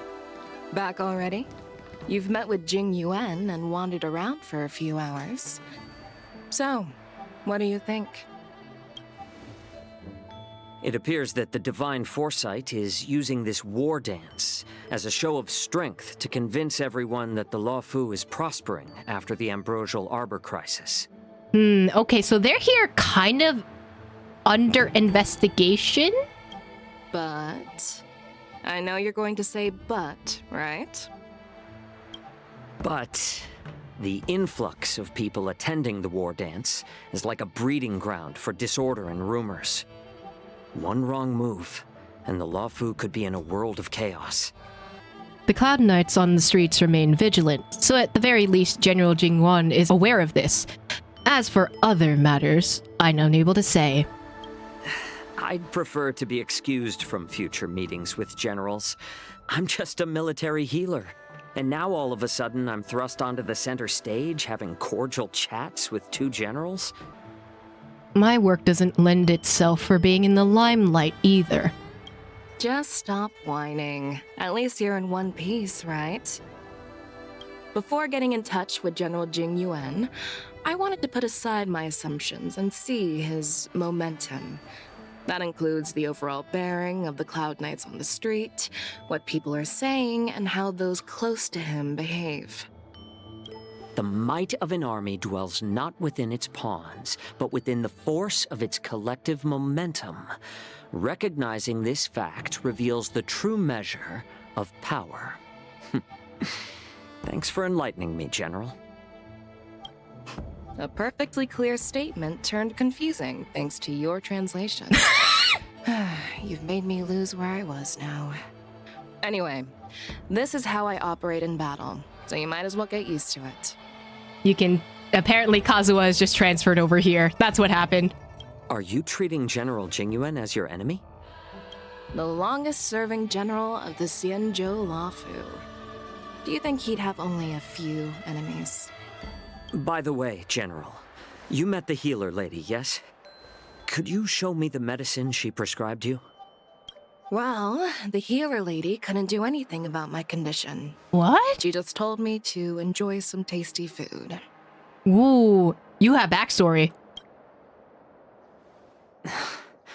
So not even the famed healer lady could help? Uh-oh. Don't worry. I'll fulfill my promise and find a way to cure you. Actually, I've found some leads. Well, life and death, Jiao Zhou. It's all predetermined. Upon starting my military career, I made a pledge that the rest of my life would be dedicated to being the Xianzhou spearhead, hunting down the abominations of abundance till the end of my days. As long as I can fulfill that deep-seated desire, I don't care how long I live. You asked if I view General Jing Yuan as my enemy. No. My real enemy has always been myself. Stop. I really like her character now. I need to pull for her now.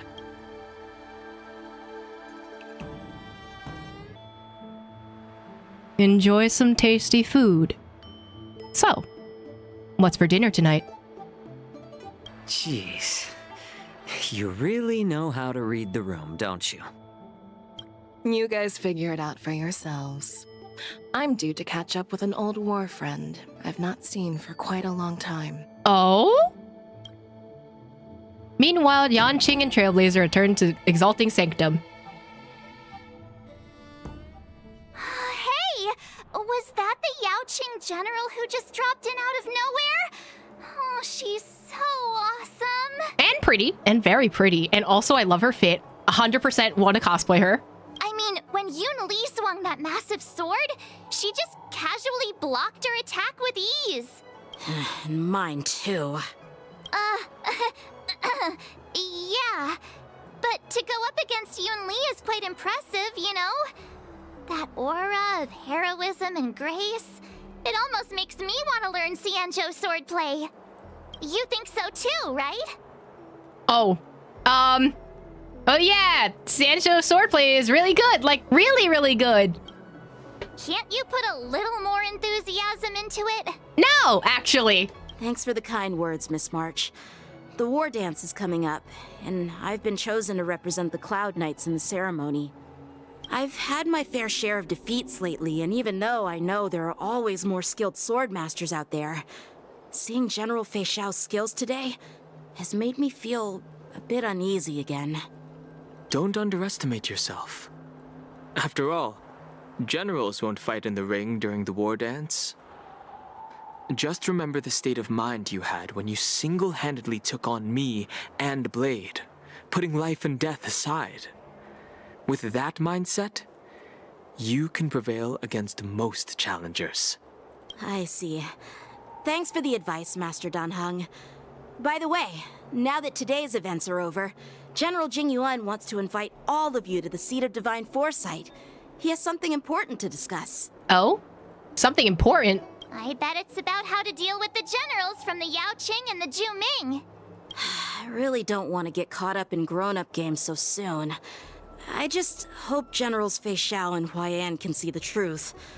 We don't need any more chaos on the Loufu before the war dance. Earlier at the Palace of Astrum, I introduced these guests from the Astral Express to you, Elder Huaiyan. But with all the people around, we only exchanged pleasantries. Now, I'd like to officially introduce them to you. These three braved great dangers, accompanying me to perilous places, defeating the chief culprit Vantilia, and uncovering the conspiracies of the disciples of Sanctus Medicus. If you wish to know more, please, feel free to ask us. Well, I skimmed through the reports about the Arbor's rebirth from the Master Diviner Hu Xuan. She's been summoned to the Yuchui for questioning. What? There are a lot of doubts within the Alliance about this whole situation.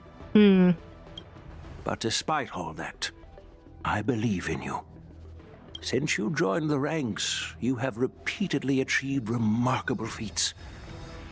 After the High Cloud Quintet each went their separate ways, despite the many criticisms within the Alliance, the Marshal still stood firm against the dissenting voices and entrusted the Loufu to you. Over the years, you've served the Alliance with loyalty and wisdom.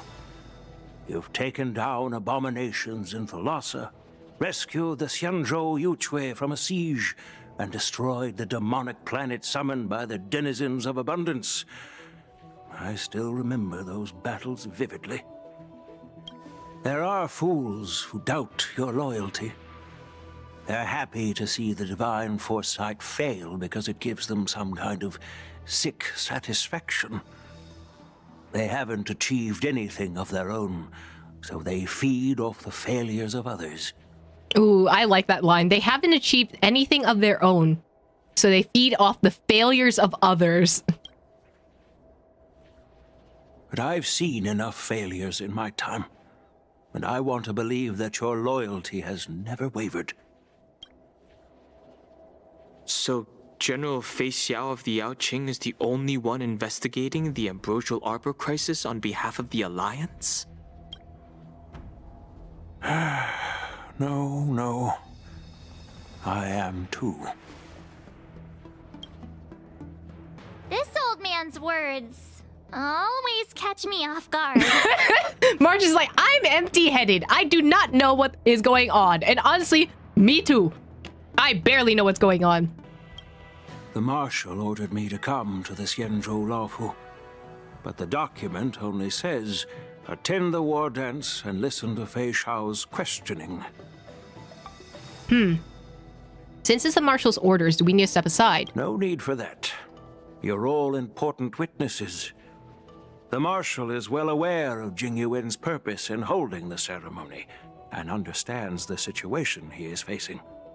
She mentioned it because she believes both issues are important. Thanks for your kindness and sincerity, Elder Huayan. But is it appropriate to tell everyone here about the Marshal's orders? By introducing the Express's witnesses to me alone, aren't you aiming to discern the intentions behind both my actions and Fei Shao's, and whether there's any discord between us? Well, since I'm being open and honest with you, I encourage you young folk to do the same.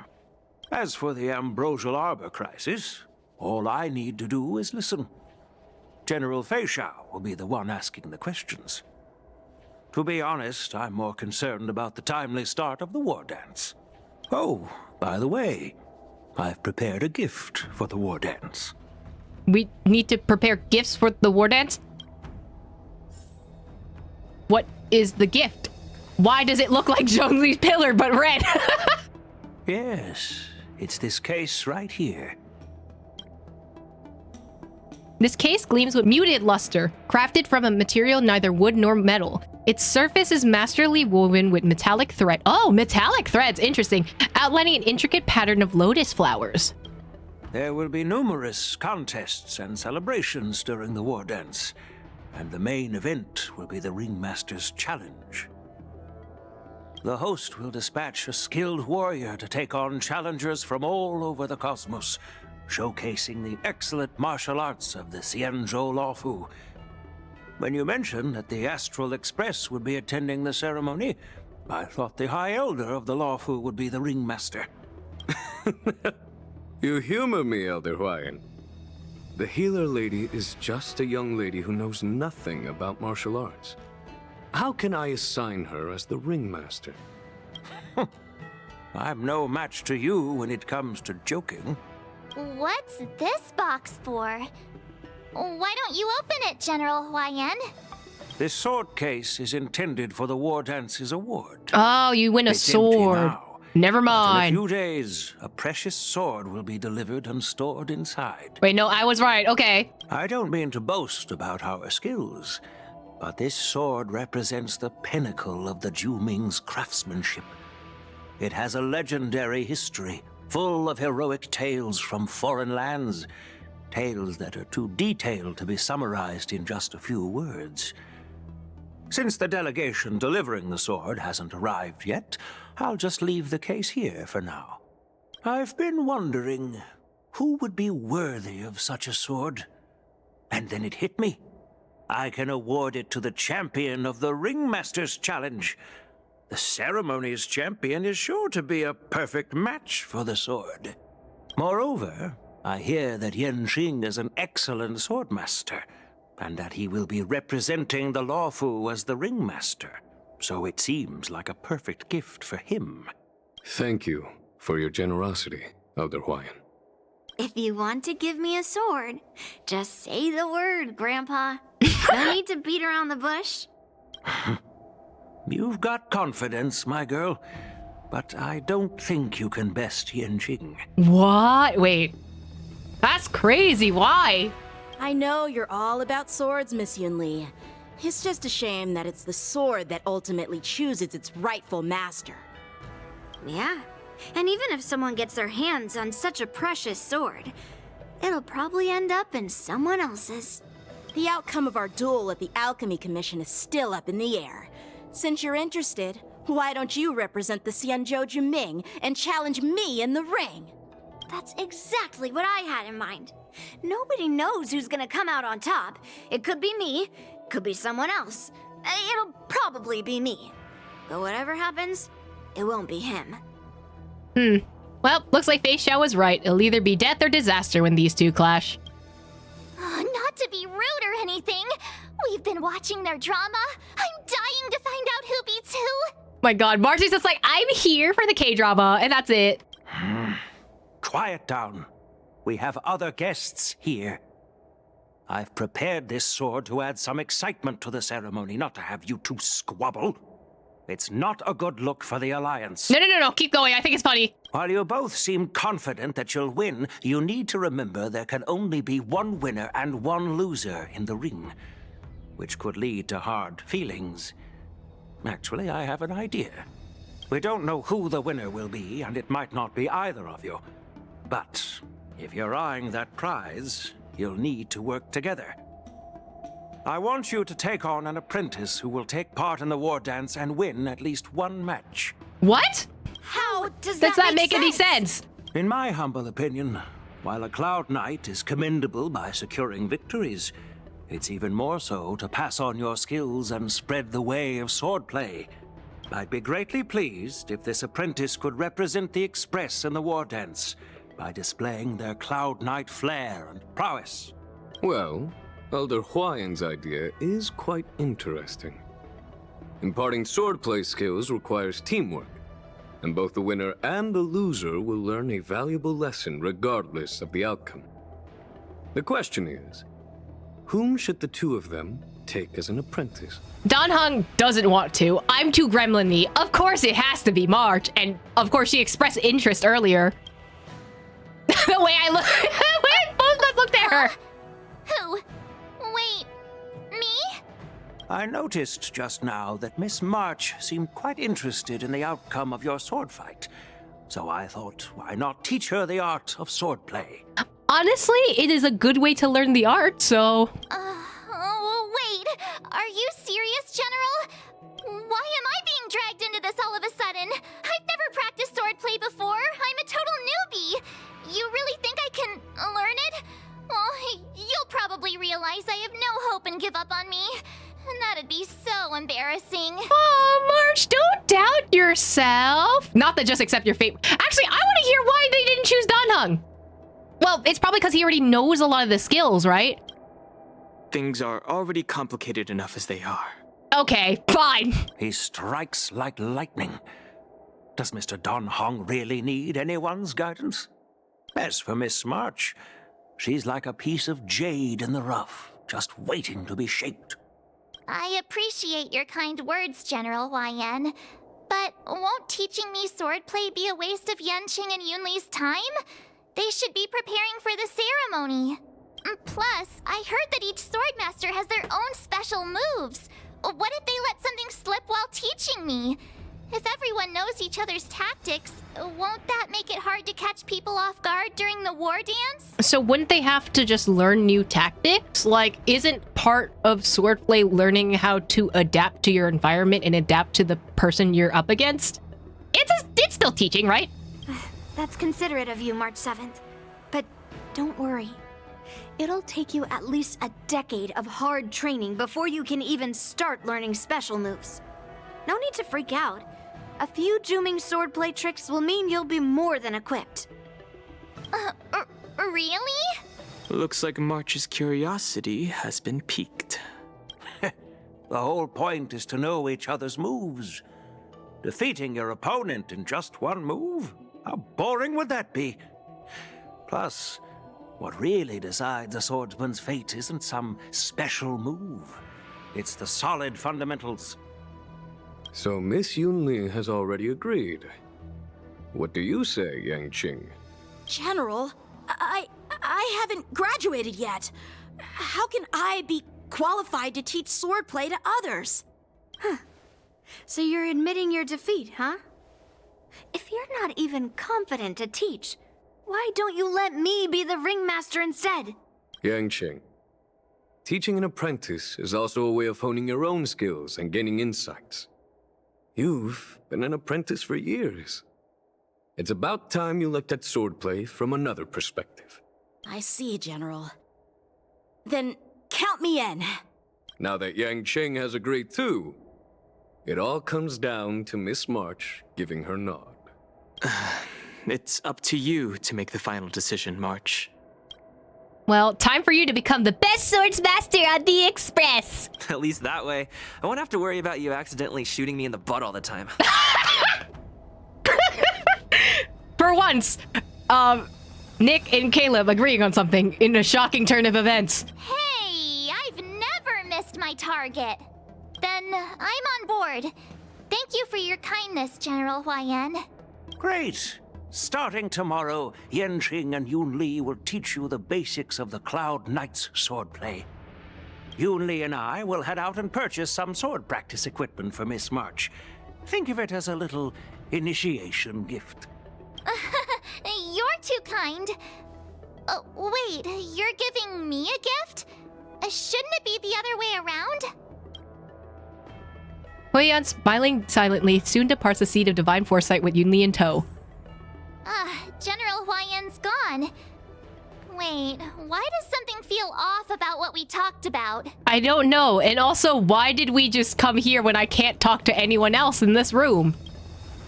I think we strayed off topic. How did things even get to this point? I never missed my target. That means she intentionally shot him in the ass. You know what? I can see that for March. I can 100% see that. Like, Kayla said something weird and she was like, nope, I'm shooting you for that. Yeah, I brought you here because the General said he had some important matters to discuss. But how in the world did Yoon Lee and I suddenly become Miss March's swordplay mentors? Because General Huayan wants us to stick around on the Loufu for some time. But aren't we here to attend the ceremony anyway? But from his point of view, we're no different from all the other tourists who may leave at any time. Since the crew's actions were mentioned in the Loufu's operations log were given to the Alliance, he probably wants to see firsthand if we're as capable as the report claims, or if we're just some made-up excuse to save face. And he wants to see it for himself during the war dance, which is why he even dragged Yun Li into this. What began as a simple contest between two swordmasters has now evolved into you two collaborating to mentor March. Elder Huayan is still that tricky general who likes to give everyone a headache. My apologies. Truth be told, I invited all of you to the ceremony because I wished for you to act as my witnesses. I apologize for not disclosing this information earlier. In the coming weeks, I'll also invite all of you to a meeting with General Fei Xiao, where you may need to answer her questions and clear up any doubts she might have. So please, be prepared for the meeting. So is this like witness testimony, kind of just like, oh, you failed to do your job, so now it's up to us to question like what exactly went wrong kind of thing? Okay. Not that perhaps we should just pack up and leave tonight. I'm not abandoning Jingwang. No worries, answering a few questions is no big deal. Don't worry, General. No matter what happens, I'm prepared to stay here as the Express's witness and answer any questions. Yeah, as frenzies. Thank you, everyone. General, I know there isn't much I can do to share your burden, but... As the Loufu Ringmaster, I won't let anyone defeat me in the war dance. I know.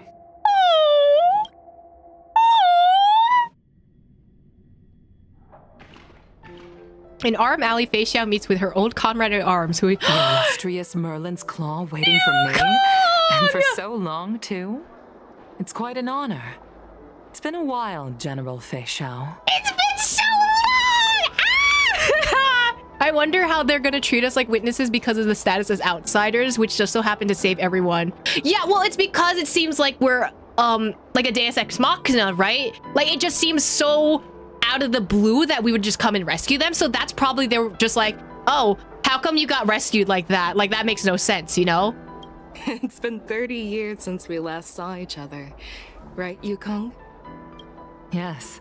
Back then, you were the vanguard of the Yao Qing's Verdant Knights, and I was a pilot of the Loufu's Rainbow Orbit fleet. Who would have thought that upon meeting again, you'd be a general, and I'd have given up flying?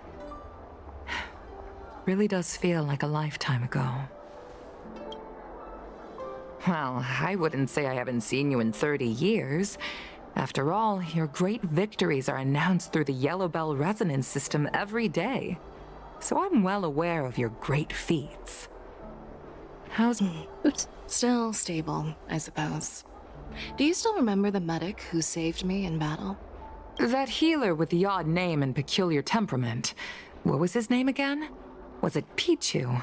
Or Kachio? Pichu? Jiaoqiu. He's been my retainer and personal healer, delegated by the Alchemy Commission from the Xianzhou Yaoqing. Over the years, he's dedicated himself to managing my condition. It's thanks to him that I'm still in good health today. Given my background, I'm happy to have made it this far. I'm relieved to know that you're safe and sound. Well then, since you and Elder Huayan are here, I imagine you must have received orders from the Marshal? As your friend, may I ask how the Alliance intends to punish the General of the Loufu? The Arbor's rebirth has frightened the elders who lurk behind the scenes. They fear the resurgence of abominations, much like what happened 30 years ago. Although the report from the Loufu explained all the details, we don't know if the Ruin Legion really invaded, or how exactly the Stellaron Hunters and the Astral Express became involved. This puzzle has many missing pieces. It sounds like corporate finally found out what was going on behind the scenes and were just like, oh no, it's time to stop us before we get sued or something. As you know, the fugitive Jing Liu, who mysteriously disappeared many years ago, has resurfaced. This time, she has brought along an Outworlder and a coffin, claiming to offer the Marshal a method to fight against the Eons. The Loufu Preceptor has also leveled accusations against Jing Yuan for neglecting the Alliance's principles. She asserts that Jing Yuan enabled the exiled Imbibitor Lunae to re-enter the Loufu, thereby unlocking the lunarescent depths within Scale Gorge Waterscape, which in turn disrupted the Videodara's dutiful watch over the Ambrosial Arbor. It is for these reasons that I have come here to the Loufu today. Well, it's interesting that they've already created a narrative, and I wonder if that means they're going to be biased when we go into this, like, kind of courtroom scene. Well, duty calls. Perhaps I shouldn't have mentioned all of this to an uninvolved person, but since we once fought together, I didn't want to keep you in the dark. Perhaps pretending you didn't hear any of this would be for the best. I understand. I'm sorry, I was out of line. I know I shouldn't be defending General Jing Yuan right now, but... well, you know how I am. The Loufu has enjoyed centuries of stability since the end of the sedition of Imbibitor Lunae, much of which can be attributed to General Jing Yuan's masterful strategizing. Unfortunately, for long-life species, enduring through the ages always culminates in a failure that undoes all previous achievements. A moment that our adversaries relish. That's true. And that's why I'm also here for another purpose. To visit Hule. Who? Hule? You mean that Hule? Who? Borisin Warhead? The same Hule who has been imprisoned in the Shackling Prison for over 7 centuries? The nemesis of the Foxians who will never be forgiven and shall be imprisoned until the end of the cosmos. I can't quite remember the exact wording, but yes, the very same Hule. Usually, only emissaries from the Xianzhou Yaoqing Skyfaring Commission visit him once every century. Why do you have to visit him now, of all times? Interrogation? The Foxians and the Alliance made a pact to combat the abominations, aiming to achieve justice and free their kin. That werewolf monster is to be forever imprisoned in the dark recesses of the Shackling Prison, facing unending retribution. Given the situation on the Loufu, those on the Yaoqing are concerned about Hule's imprisonment. I'm afraid that the routine visit every century is no longer sufficient to ease their concerns. So, I guess they're concerned on whether or not he would escape, it sounds like. That's why I was sent here. to reassure them. It's all bad news. Well, not everything. There might be a silver lining. Oh, by the way, I found some clues about the thing you asked for. Tell me more. The Verdant Knights followed the route you mentioned and discovered the wreckage of the Whistling Flame ship. Oh. Unfortunately, there were no survivors and no cargo. However, someone had already been on the scene before we arrived. Our people? Or someone from the IPC? No, neither. God! Yukong, have you heard of a person named Ron May? Why? Run me! Again? Are we doing this again? After a day of running around, you finally arrive at Petrichor Inn for a well-deserved rest. Petrichor? Fontaine? Wait, hold on. What happened? This night, your restlessness from meeting the general and bustling crowd before war dance keeps you from falling asleep.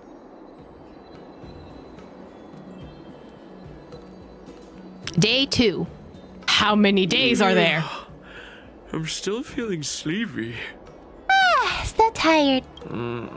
Did I oversleep? Where did March and Donhung go? Actually, wait. Oh, that guy materialized in front of me. Where did they go, actually? Oh, March! There you are. Oh. Right, Yanqing training, though. What kind of master waits for their apprentice on their doorstep? No, well, if your teacher comes over to your house, that happens. So respecting your master is crazy. It's an honor to learn from you, Master Yanqing. Oh, in all those immersions and novels I watched, when apprentices want to pay their respects to their masters, they usually bring fancy gifts, kneel, and bow. Oh, I'm really sorry, but I haven't prepared anything yet. Hey, why are you blushing, Master Yanqing? This is, the first time someone has called me Master. I need to, get used to it. Let me make it clear.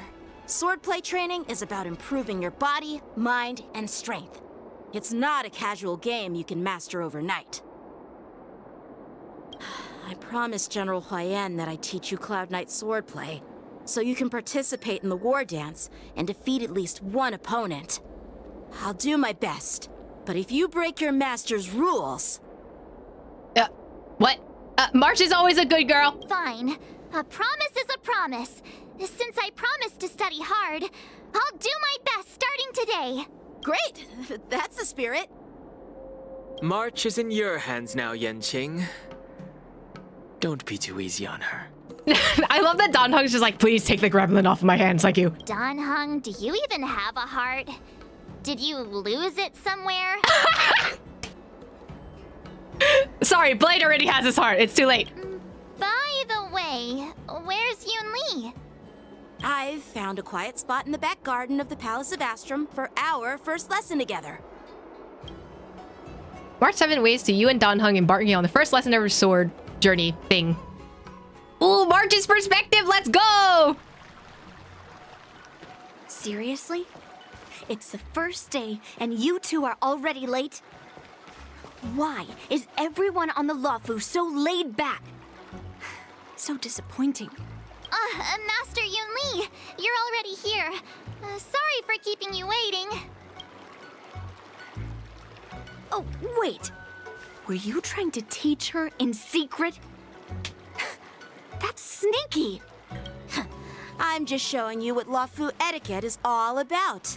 She might be my apprentice, but it's customary for the master to personally escort their apprentice to the place of learning. As the host, I'll be teaching Miss March the essence of Loufu swordplay, after which she'll emerge victorious in the war dance ring. You won't be complaining about Loufu swordplay then. Stand aside, rookie.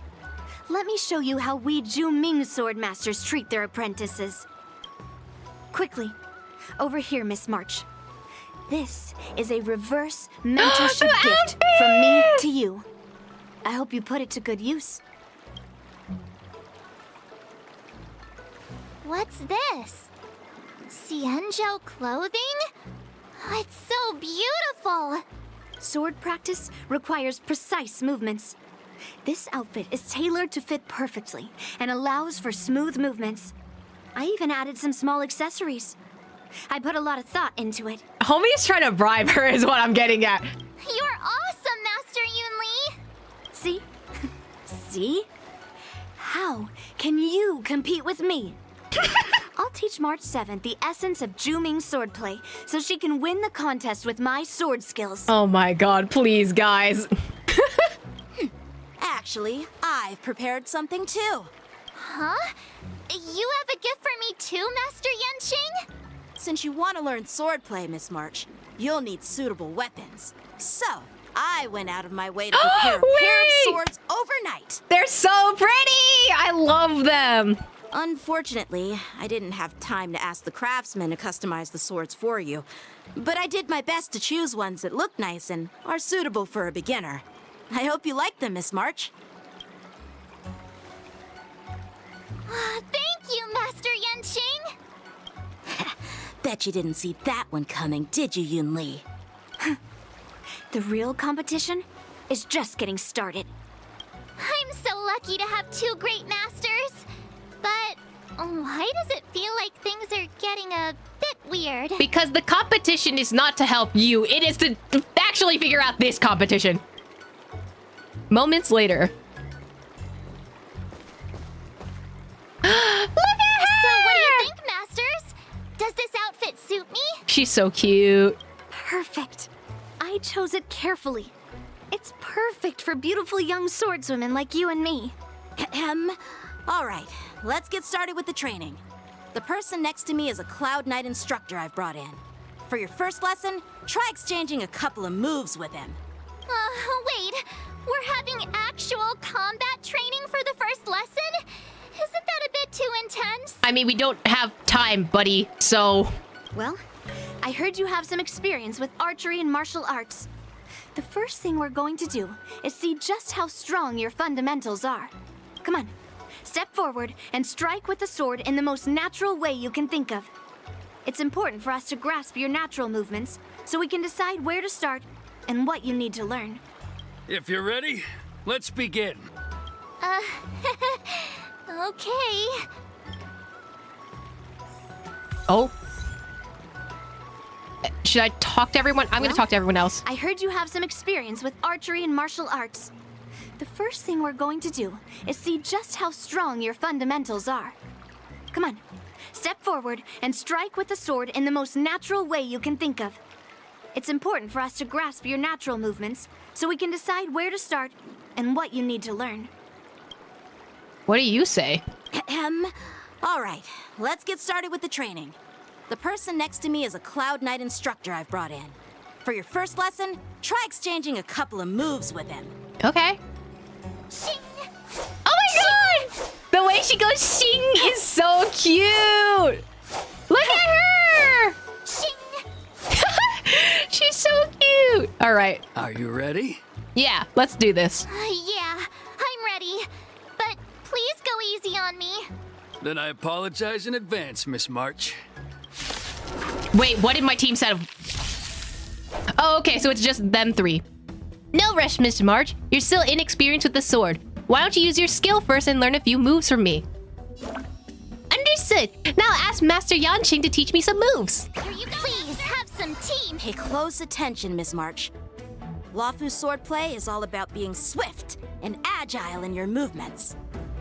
Thank you, Yanqing. Shifu's attacks can accumulate charge for March 7th and make her realize powerful abilities. Oh, okay, so she needs a charge. The sword is like water. It cannot strike with heart. Hush, Yanqing. It's fine. Right on time. Ignore him. Strength is every... Like this? Well done. Well, it could be both. Yes, you! Within the self, not strike!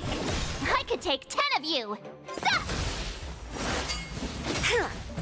Right on time. Time for swordplay. I'm starting to get the hang of it. Oh, I get it. There we go. Okay. So after this is charged, I get this. With a true heart and focused mind, here I come. Yes, you. Okay, so let me do these two, because then I can just do the burst. Melt. I love that she just dinks people with the sword. Oh wait, do you have a double ring? Oh my bad, I did not see the double ring. Leave through clouds. How many? Ready to shine. I wanted to use your burst. To show you what I can really do. Wait! She's switching between boba, swordplay, and deting? Oh my god! Azure Dragon, White Tiger, less carbs. Watch this! I love that she still does the... What are you mumbling about? Watch this! Sword technique? Shouldn't I be saying something cool? She's so cute! You're doing great, sweetie!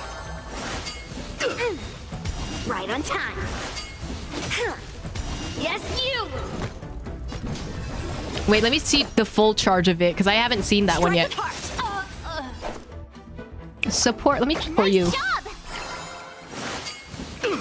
So it boosts your speed, I think? Yes, you! Awesome! Alright, check out this move! Check out this awesome move! Okay, so she does variations of her regular, voice lines. One more, do it. Oh no, I didn't get to see her thing one last time. I didn't expect the first lesson to be so intense. Miss March has quick hands and a flexible body. She's a perfect fit for practicing Loufu swordplay. However, she lacks strength, and her strikes were a bit unfocused. But don't worry, that's totally normal for beginners. Once she starts practicing Juming swordplay, she'll make heaps of progress. It is interesting that Yanqing comments on her strength, while Yunli comments on her technique, when their swordplay styles are the exact opposite of what they're critiquing right now. Given the situation, I believe Miss March should start by working on her strength. Oh. Seriously, do you actually know anything about swordplay, or what? I could ask you the same thing. Dual swords require agility. So what's more important than footwork? Instead of focusing on her strengths, we should address her weaknesses. The drawback of wielding two swords is not generating enough force. What good is being quick on your feet if you don't have strength? It's not like we're dancing here. Skilled sword masters know how to play to their strengths and work on their weaknesses. Start with what you're good at, then tackle your weaknesses. That's the right way to learn. Honestly, I agree with Yunli on this. You should not start with your strengths. You should focus on your weak points first and then go to the easier stuff later. You're quite the theorist, huh? Theorist? You claim to be able to talk to swords. So what does that make you? A lunatic? Hey, it's only my first lesson, and you're already arguing. Come on, calm down, masters. I'll have to improve both my footwork and strength anyway, so it doesn't matter which one comes first. But it does matter. Just listen to me, March 7th. Oh my god. Aww. Thus begins the journey of March 7th sword training.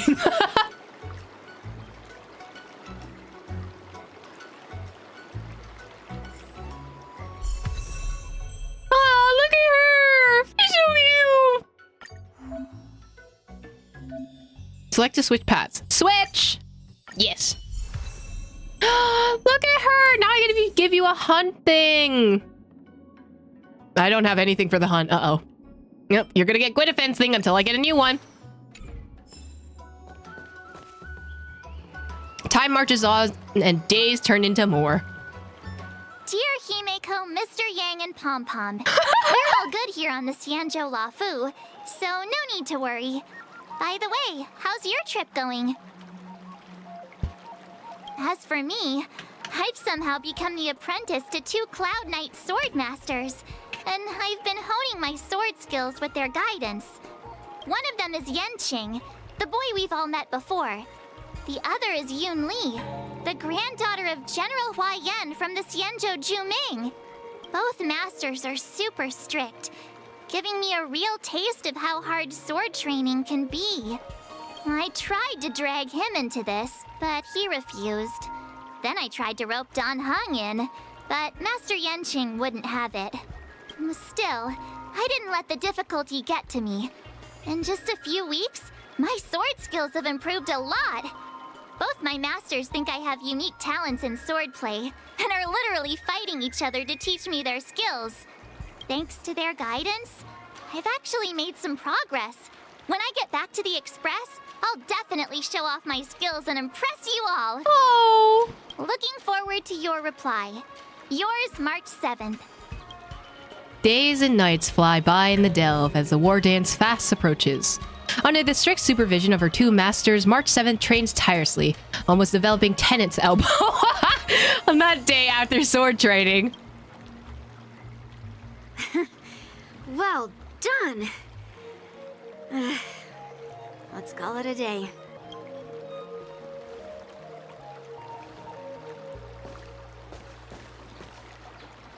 Miss March's sword skills are really coming along. She'll hold her own just fine in the war dance. Maybe I'll have a chance of defeating my masters. Perhaps I might have a shot at beating both masters in the ring? Both of them are gonna be like, nope, not a chance. There they are. Get real. You've only been practicing for a short while. How could that possibly happen? Beginner's luck? With your talent, Miss March, if you dedicate a few more decades to training, you might eventually be able to defeat Yun Li. Decades? But I'll be an old lady by then. No. Can you believe it? March 7th has actually become a pretty decent swordmaster in such a short time. Now I understand why Grandpa always had a grin on his face while training me. Are you sure he wasn't laughing at you? Oh, shut up. They're both mean girls. It's crazy. All thanks to your amazing guidance, masters. Miss March, you're really getting the hang of wielding dual swords. If you're keen on advancing, trying out different Xianzhou blades can improve your touch. Let me see. Which sword is the most powerful? Single sword? Great sword? Or maybe a flying sword? There's no such thing as the most powerful sword. It's all about the skill of the swordmaster. Yenqing wields several flying swords, while I only wield one. But remember how I kicked his butt at the Alchemy Commission? First, you didn't kick my butt. Second, you'll never kick my butt. Third, how about we settle this right now and see who kicks whose butt? How many times will they say butt in this entire quest? Yeah, I'm up for that. And if I kick your butt, you'll drop out of the war dance. Deal?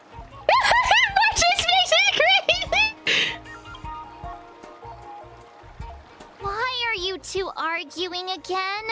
I thought things had been improving between you lately. There was talk that the leading disciples of the Loufu and Juming generals were supposed to face off in the war dance, but for some reason, they suddenly teamed up to train an apprentice of their own. Turns out, the rumors are true. Obi, why are you here?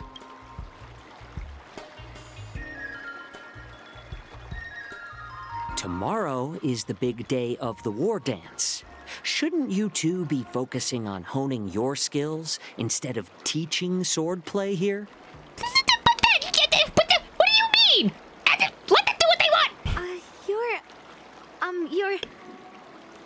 That's right. You're the pink-haired fox from the Yaoqing. This is Mr. Jiaochi. Wait. No, I want to go gremlin answer. Pink hair fox. What are you laughing at?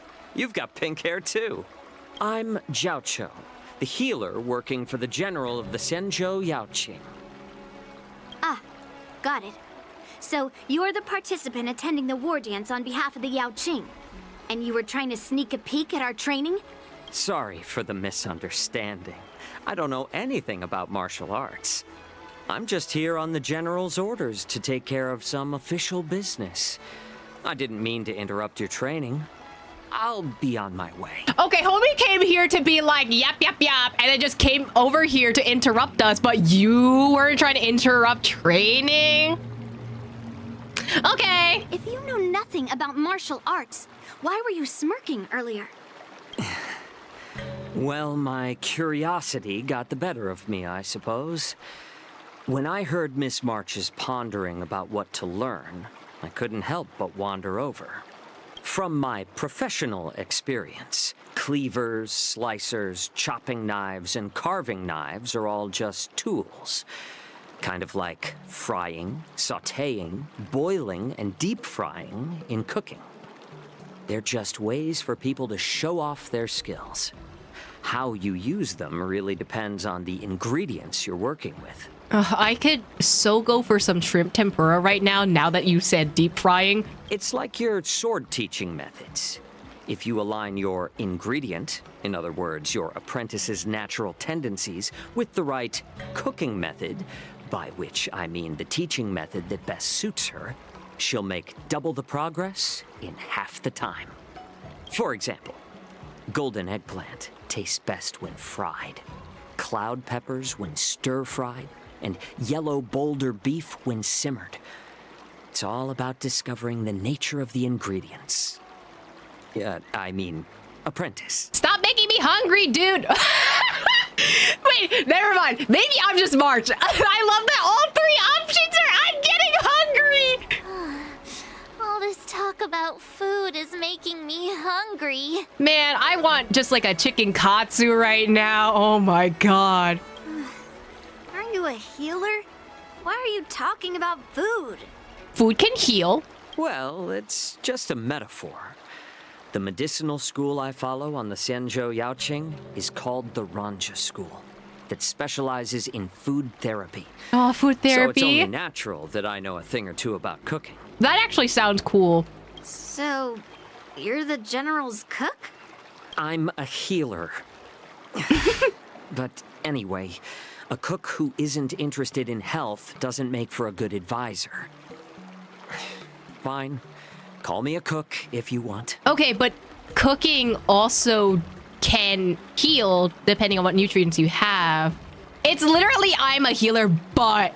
Seeing the way you're looking at me, it's obvious you think I'm just some feeble academic who likes to blabber on about martial arts. But, in reality, I know a thing or two about killing. They're kids! After all, the art of healing inherently encompasses both life and death. Joucha, they are literally children! Why is this guy suddenly getting all serious with kids? Do you recognize this bottle of medicine in my hand? No. No? Oh. This is called tumble dust, an extract from an exotic flower named Yabra. I'm sorry, I read that separately. Yabra is not what I thought that would be. Is it poison? It could be. Well, it depends on how it's used. With just one drop, it's able to numb a patient's body during surgery, making them painless throughout the entire process. However, increase the dose or the potency, and it'll slow the metabolism, making the blood thin and resulting in the loss of all senses. Even long-life species cannot escape its effects. Okay, so it's like a blood thinner thing, which if you take too many types of medicine or like you overdose on the amount of medication, of course it's going to have adverse effects. This thing can save lives or take them. It's more powerful than the swords in your hands. That may be so, but still, I prefer settling things with a sword than, you know. Huh. Looks like I did get you all wrong. You're not a feeble scholar, but a sinister and despicable one. feeble scholar mention. Hey, why the insults all of a sudden? You came I'm at just sharing them! some medical knowledge here. Not persuading you to poison Homie, anyone. you came up to them being like, oh yeah, this is a dark and dangerous secret. Bro, relax. Get out of here, butter. Seems like you get real excited when talking about poison. I can't tell if that's an honorable thing or sinister. Picture this. 2 individuals. The one standing is full of malice. The other lying down is honorable and righteous. How can the one who's lying down label the one standing as sinister? In the throes of combat, where life and death hinge on a singular moment, every idea fades into nothingness. The only thing that matters is staying alive. Yeah, there's the nihility of him. There it is. Surviving the battlefield reshapes all notions of worth, be it integrity or treachery. In my eyes, their significance is negligible. Perhaps you've underestimated Yunli and me, Mr. Jiaoqiu. We may be young, but we've seen our fair share of war. Well, then you should know that the war dance is nothing more than a contest. So why are you so focused on it? When I was appointed as the ringmaster for the war dance, I asked the general, we Cloud Knights are supposed to charge into the fray and slay enemies. Why do we have to swing swords in a ring just to please an audience? And this is how the general replied. To unsheath your sword in a ring is no different than on the battlefield, as your sword reveals the might of all Cloud Knights. The war dance is the perfect chance to showcase martial virtue and forge alliances from all over the cosmos. When we unsheath the sword without drawing blood, we not only display our might, but also the martial virtue of the Cloud Knights. Yeah, but I also think that, like, being able to use your sword to not hit someone intentionally, like making it so that either the hit is in a place where it won't actually harm you, or like basically dodging it, is more of a skill in itself because it means that you're able to aim in the correct place. That's quite an insightful statement, Yanqing. Well, my apologies for being so short-sighted. I've been on the Loufu for quite some time, but I haven't had the chance to see the ceremony venue for myself yet. Hearing you speak so highly of it has piqued my curiosity. Would you mind showing me around? Is there literally anyone else that can show you around, buddy? You want This to is see bait. the Sky Splitter ship where the war dance will be held? Let's go! I bet Yunli and Miss March haven't seen it either, right? Well then, I'll give you all a tour.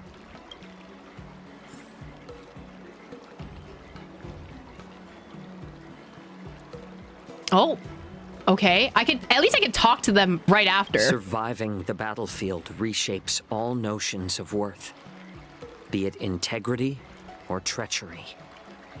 In my eyes, their significance is negligible. Nope, not Yanqing. Hold on. Yunli, there you go. Can you believe it? March 7th has actually become a pretty decent swordmaster. Oh, this is the same line as last time. No, you don't get a new line, bro. Come on. Let's go. I'll give you a tour of the Sky Splitter. Ooh, okay. Did I say Sky Splitter Navia?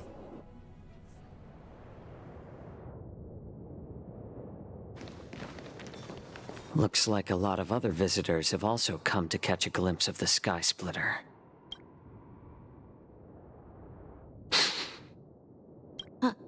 What's up, Mr. Jiaoqiu? No, it's nothing. Oh, okay. You're not going to tell us, huh?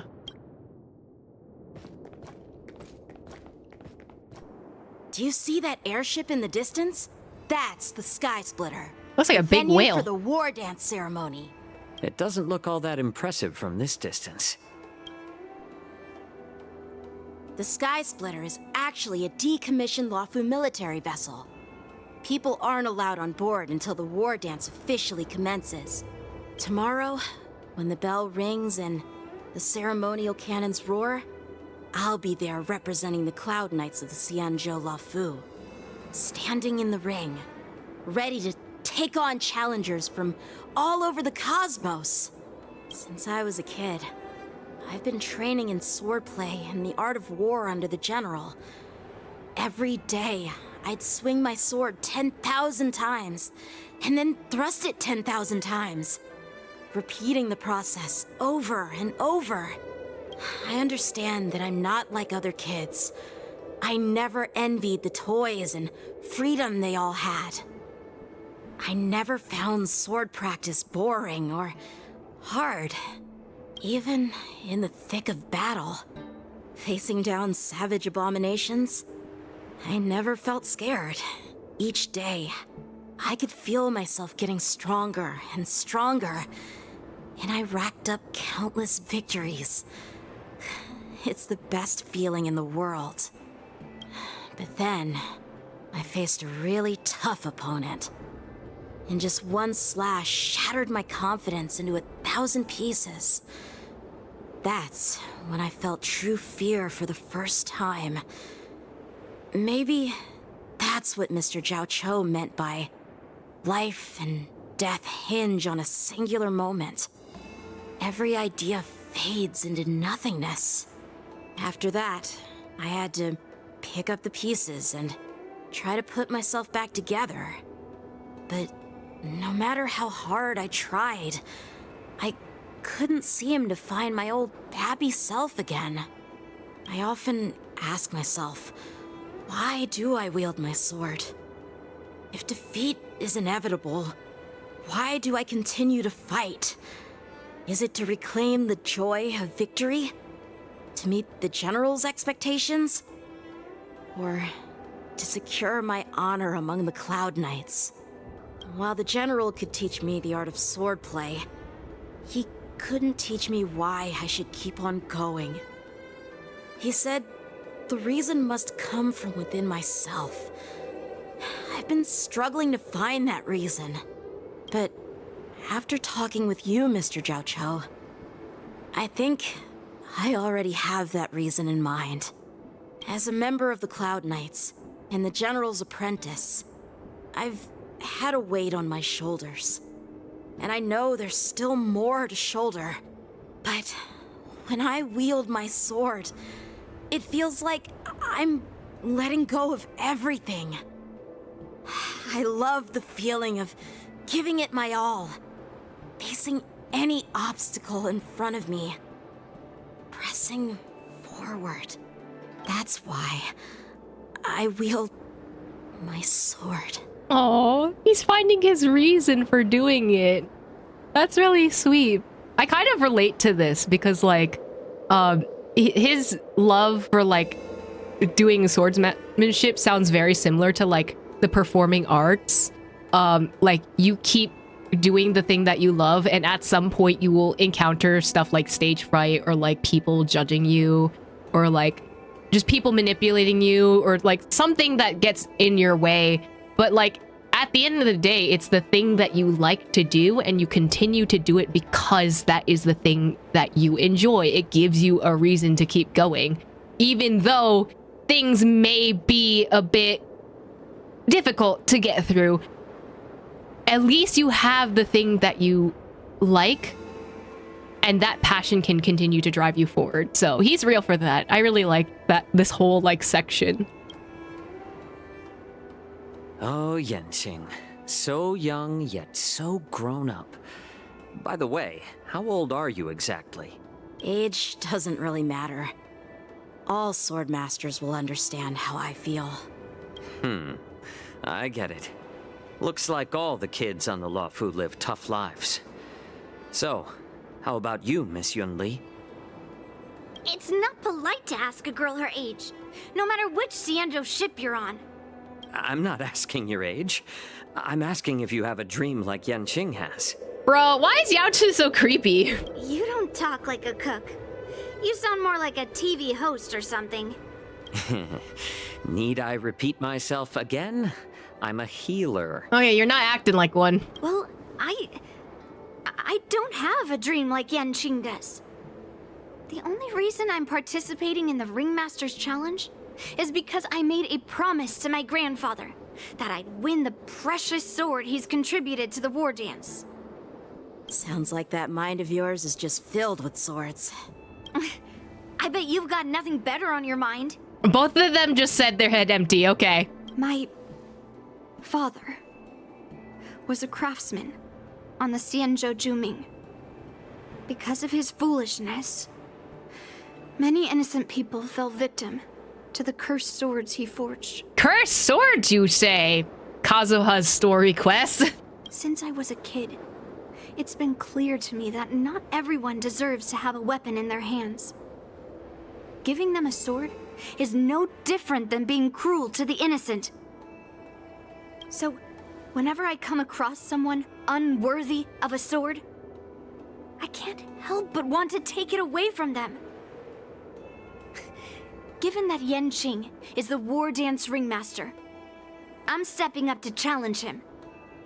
To ensure the precious sword doesn't fall into the hands of an unworthy master. Hey, what do you mean by an unworthy master? I see. It's not easy for kids on the Juming either. Well, it's better to have a reason for wielding a sword than to be lost and confused. I've saved countless Cloud Knights in my life, and there are plenty of exceptional warriors, just like the two of you. What happened, Mr. Zhao Chou? Oh, nothing.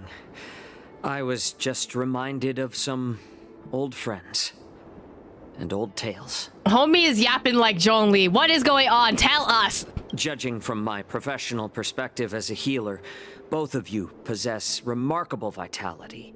Your energies flow like raging fires and mighty gales. The upcoming fight will definitely be impressive. Well, we've seen the Sky Splitter and toured the Stargazer Navalia.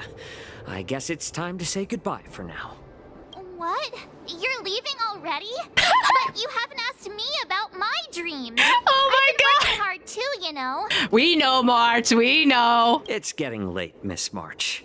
Unlike you lot, I'm a grown-up bound by responsibilities and duties. The tasks entrusted to me by the General won't complete themselves. By the way, Yanqing, is it normal to have so many people wandering around in an automated area like the Stargazer Navalia? Not you just trying to pick military secrets up like this is crazy. Actually, this is a restricted area. But since you're all guests, I made an exception, so you could take a look around. I understand. Well, I'll take my leave. I wish you both the best of luck in the ring tomorrow. Yaocha waves and then leaves. He got his information and is gone, is what I'm getting at. Seriously? I just spent so much time thinking about my dream, but he didn't even ask me. I want to hear. Now that we're done with our tour of the Sky Splitter, shall we continue with our training? Why don't we take a day off? What? You want to secretly practice swordplay by yourself? Dream on. You know cramming before a fight never works out. For some reason, seeing the Sky Splitter has boosted my confidence. So, I've decided to conserve my strength for tomorrow. All right, I'll take you out of the Stargazer Navalia. It's very pretty over here. Ah, look at her. She's so cute. It's also very quiet. Like, there's not a ton of people here. Return to the sword practicing arena. Okay. Oh, what's going on here? Oh, just shut up, Red Fang. This is not a beast ship. I need some time to take care of things. Squints, what's going on, craftsman? You willingly donned the skin of a lowly beast to join this mission, dedicating yourself to our glorious cause.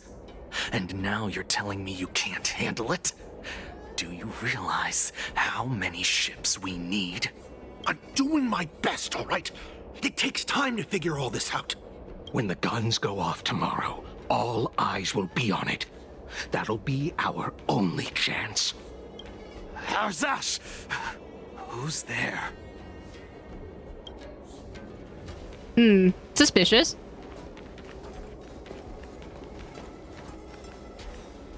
Who are you guys?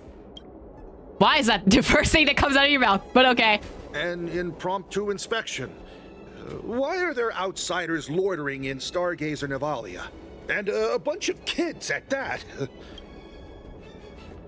Hey, kids, didn't your parents ever tell you to stay away from the Stargazer Navalia? I know it's an automated facility, but it doesn't mean you can just break in and do what you want. Oh, so y'all don't know who he is. Okay. I'll take the little ones away right now. And also, who are you calling kids? First of all, I'm an adult. Second, I didn't just break in. Yeah, we flew here on a star skiff. Like, whoosh. Okay, Yanjing, you're not helping your case? Well, I'm not trying to tell you off, but this place is off limits to the public, you know? Big sis, let's go. I want to play in Everhunt Plains. Huh? Everhunt Plains?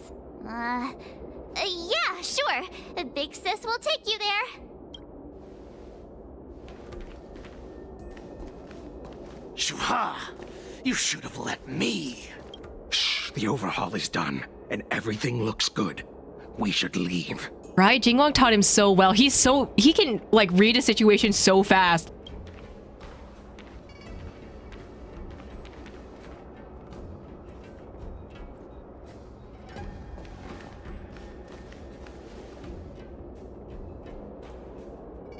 Could you repeat what you just said, Yanqing?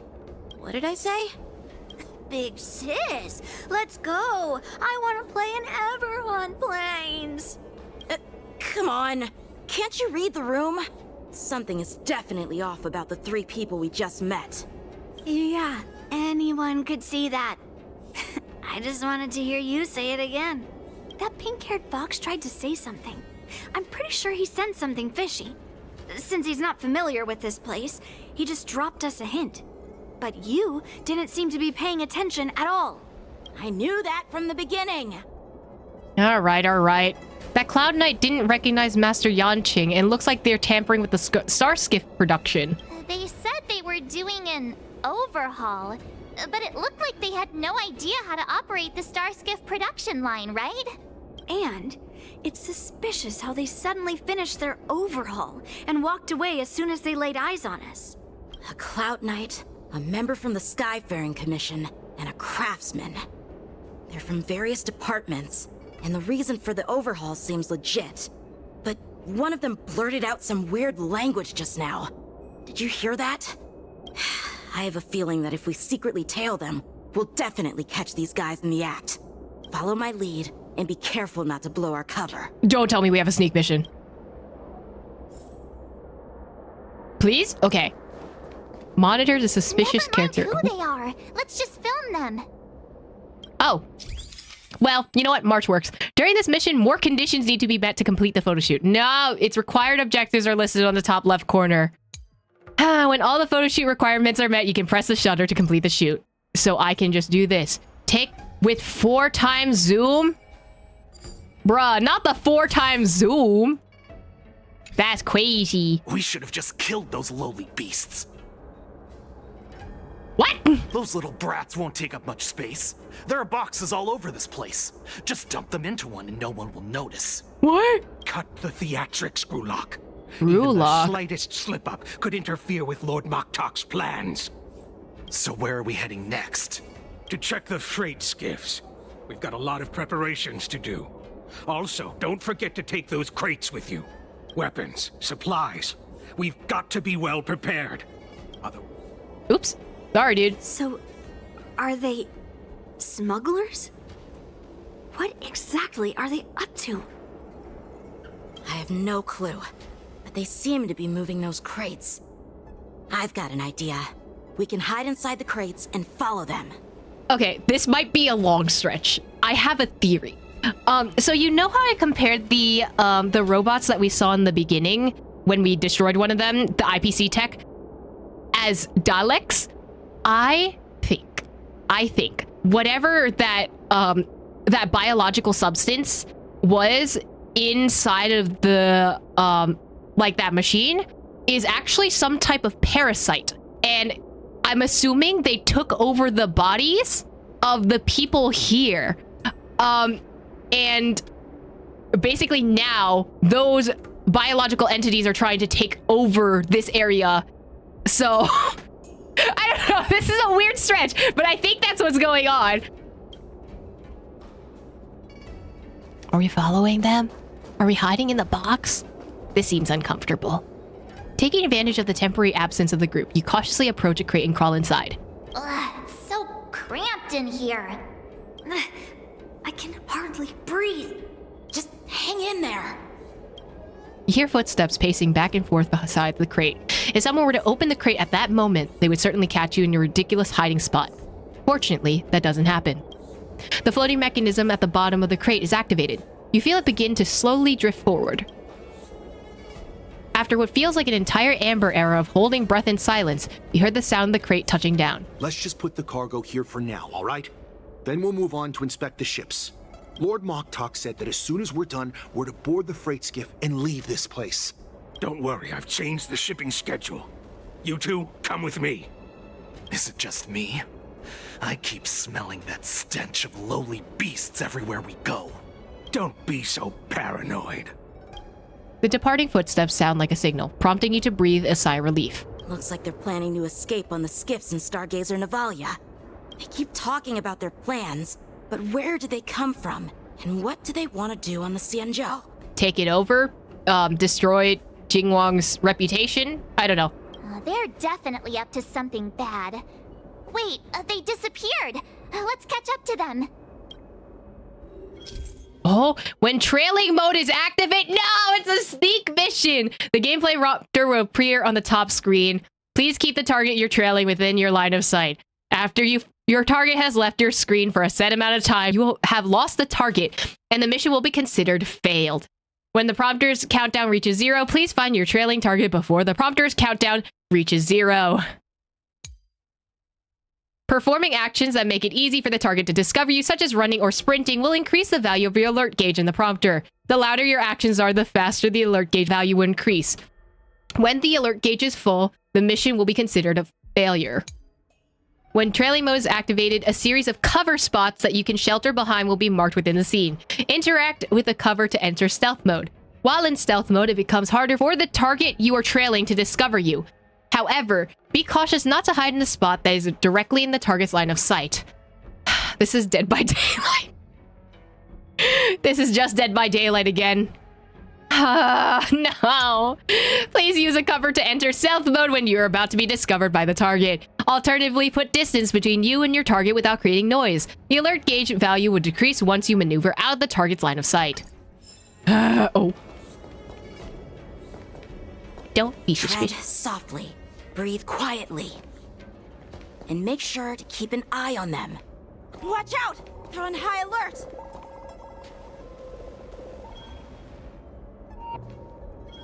Stop! You want to leave?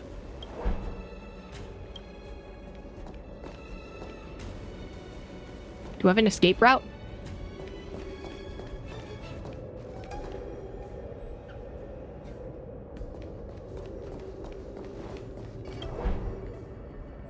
I know how to sneak. It's fine.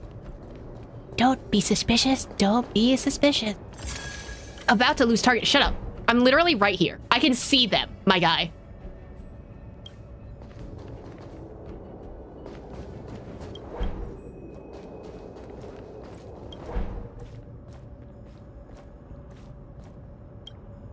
Don't be so paranoid.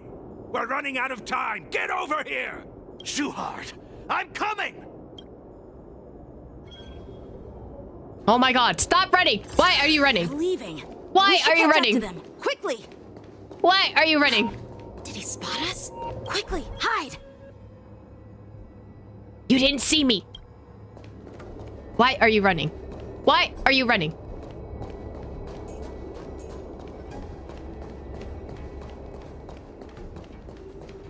Watch out! They're on high alert! You want to go? Go. Thank you. Stop yapping. Go. You don't see me. What are they up to? They're all wearing official uniforms, but I'm pretty sure they're not members of the Skyfaring Commission, the Artisanship Commission, or the Cloud Knights. This is way too suspicious. This is very suspicious. Never mind who they are. Let's just film them. That way, if they do anything bad, we'll have solid evidence against them. What do I need?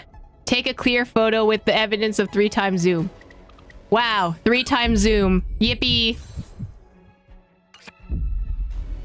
Look at this. A freight star skiff with enough room to fit at least 20 of my men. I'll let the others know and have them prepare more star skiffs. Once we're past the checkpoint, there will be beast ships waiting for us. Lord Moktok is ready.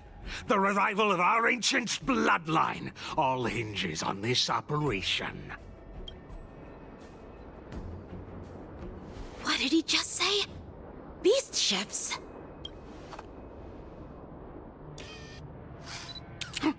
Who's there? Not the shutter. It's those brats! I told you to get rid of them, but you didn't listen, you idiot! Wipe them all out! Oh! Up there they are. Yep, that sounds about right. Why is it always like this? Adusa! Die, you lowly beast! Well, at least I already had March in my party, so this works out kind of well. Inevitable. Break. World cleansing dragon. The dead return! And at least I have my healer and buffer. Rise.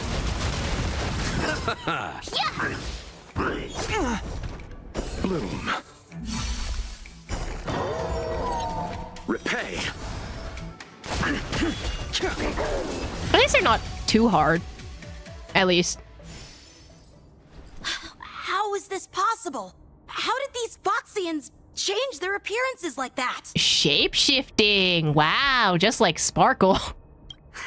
They're not Foxians at all. They revealed their true form. They're Borisin, just like the bandits I defeated on the IPC ship. Wait, that means...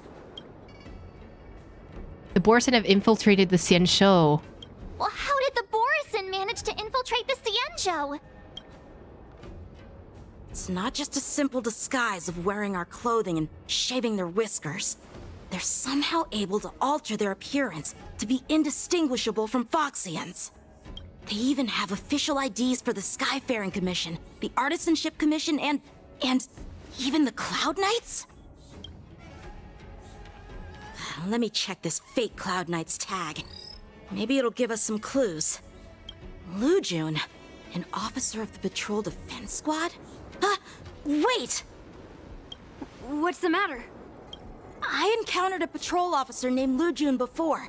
It was a few weeks ago, when we were transporting the Borisin prisoners. Oh no, who could have thought that the sus dude was actually sus? If they can forge official identities and move around the Xianzhou without raising suspicion... Oh no, this is bad. Even worse. If you find one cockroach on the Express, it usually means... There are more Borisin hiding on the Xianzhou. I bet their plan is much bigger than just stealing information. We've got to report this to the Seat of Divine Foresight. Unless they've also been infiltrated, you know. Meanwhile, the Seat of Divine Foresight. It'd be interesting if Kwashan was Borisin or not. Hi, there is problem, except I'm main Trailblazer, so I probably don't know what's going on. I am glad to finally meet you in person, guests from the Astral Express. I'm Fei Xiao, the general of the Xianzhou Yao Cheng. Let me introduce our guest to you. The one dressed in green. He's the reincarnation of Imbibitor Lune, and the person behind him is the newest member of the crew. I've heard a lot about you. Outside the reports from the Loufu, the Skyfaring Commission of the Yaoqing has also gathered plenty of information about both of you. I've been eager to meet you face to face for reasons that I'm sure General Jing Yuan has explained, right? Yeah, we're here to answer your questions as witnesses. You hear about the Ambrosia Arbor's resurrection. Straight to the point. I like it. According to General Jing Yuan's report, the Ruin Legion is to blame for the Ambrosial Arbor crisis, and all Arbiter Generals should pay attention to the Ruin Author's movements.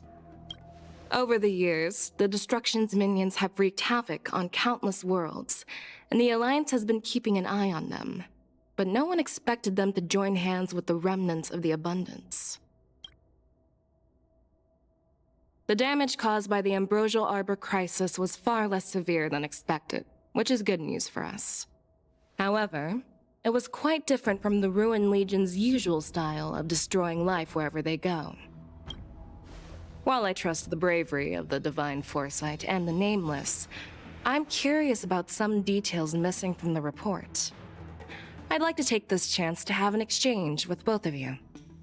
Let me be clear, the questions I'll ask might not reflect my actual thoughts, so please don't take offense if any of my questions seem a bit harsh. Please go ahead, General. But keep in mind we can only answer based on what we know. And perhaps you already have the answers to your questions in your heart. I like that Dan Heng is calling out her bias on this, though, because she already has a preconceived notion of what happened here. It's just she's asking these questions to confirm her suspicions. You have a clever tongue. I like it. Okay. Merlin's claw is quite articulate. Right now, her intentions are unknown, and Jing Yuan wants us to be honest. Maybe I'll just stick to the facts we know. Let's cut to the chase. Before the crisis struck, the Astral Express was guided here by a Stellaron hunter, a wanted felon, in an attempt to resolve the Stellaron crisis.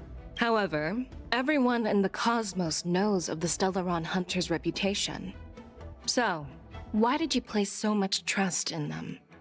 Could it be that some of you have a connection with them? It all comes down to Stellaron, we're the good guys. Well, we can't say we're the good guys. That's not going to affirm her, beliefs. Raise her suspicion about your relationship with the Stellaron hunters. Talk about Elio's prophecy. Ooh.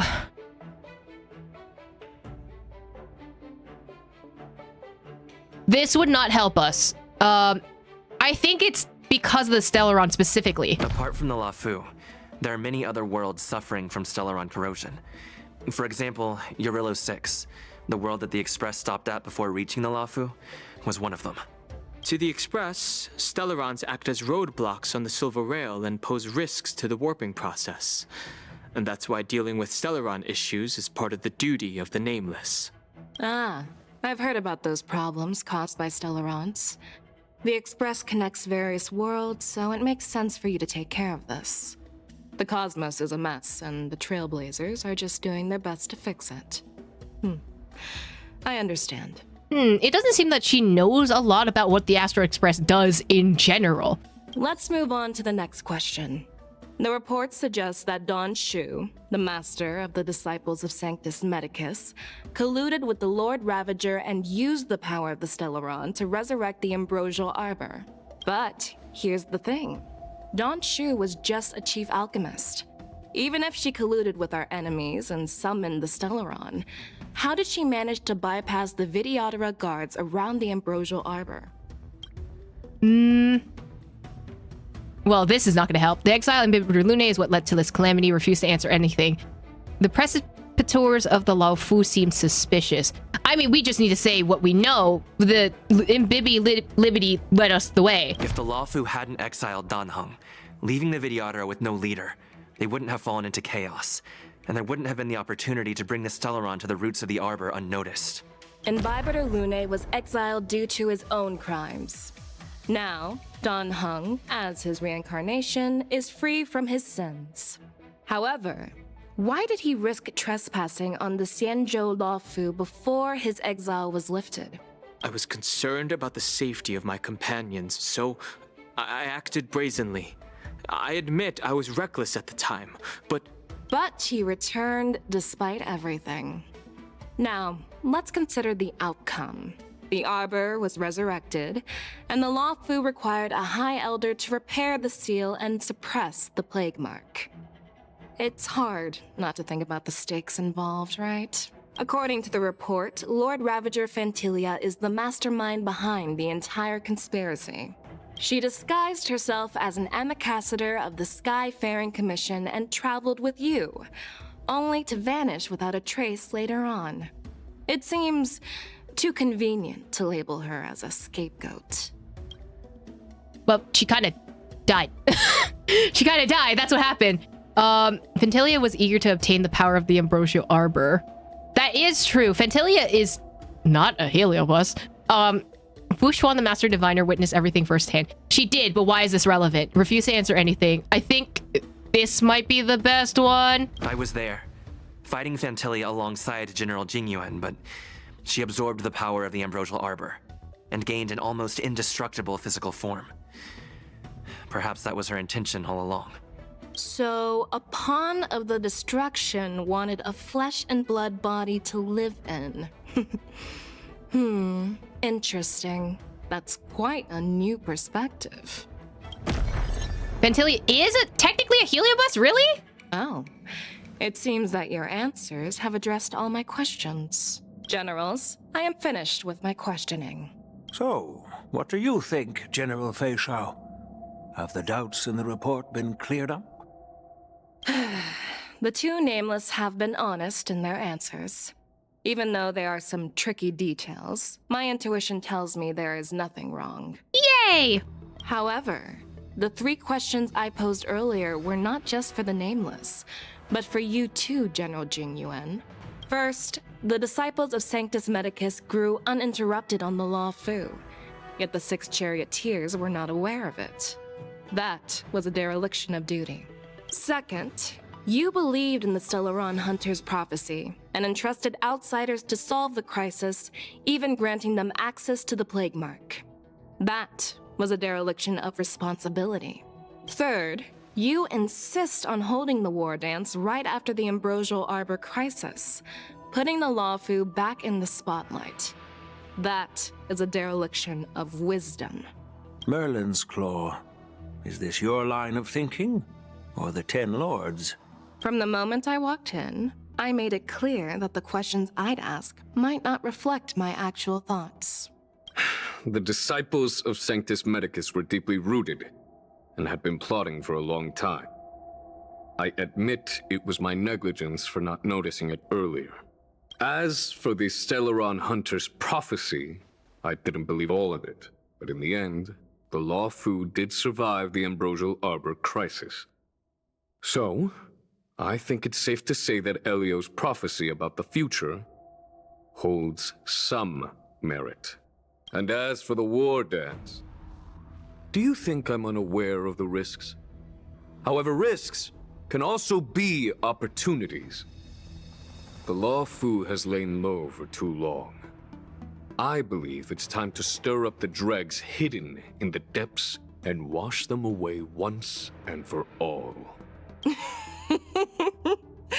Just as I expected from our sophisticated divine foresight. You have a way with words. I like it. But, unfortunately, ever since the report was submitted, the Alliance has been filled with rumors and speculation.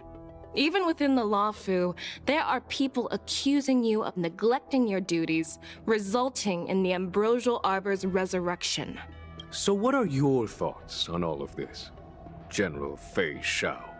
As a fellow Arbiter General, I fully understand the difficulties of this position. Personally, I think all these rumors are meaningless drivel. Across the sea of stars, the divine foresight knows better than anyone else what happened on the Loufu and the meaning behind it. Just as what happened on the Xianzhou Yaoqing recently. What? You mean the Xianzhou Yaoqing is also The scouts of the Verdant Knights have sent back reports that Borison are making trouble again. Oh, so they know the about Borison this. packs that were once divided and scattered have started swallowing each other up, forming larger and larger packs. Moreover, there's an entity named Mongoose behind it all. Sorry, I read that as manga, so... An entity? According to the report, this entity isn't actually a Borison. Huh. It's a woman claiming to be the messenger of the Master of Immortality. She's described as having 12 faces and 12 pairs of fangs. What? As cruel as poison and as elusive as quicksand. The Borison believe she'll give them a chance to rise again. That's Ventilia. Oh, yep. That's right. You're lucky that I'm the one who came this time. If it were the Patina Justice or the Seer Strategist, this conversation might not be so friendly. I've always had faith in my instincts, so I don't doubt your good intentions. But the Alliance has its fair share of questions and doubts about the Loufu. So, my plan is to come up with an acceptable answer to satisfy the Alliance. What's in this plan, General Fei Xiao? General Jing Yuan, you already know what has to be done. But since you don't want to be the bad guy, I'll take care of it for you. You need the final word from the Ten Lords Commission to quell any doubts. And for that, I'll have to ask the two Nameless to visit the Shackling Prison. Why? Are you imprisoning us? No, I'm not imprisoning you.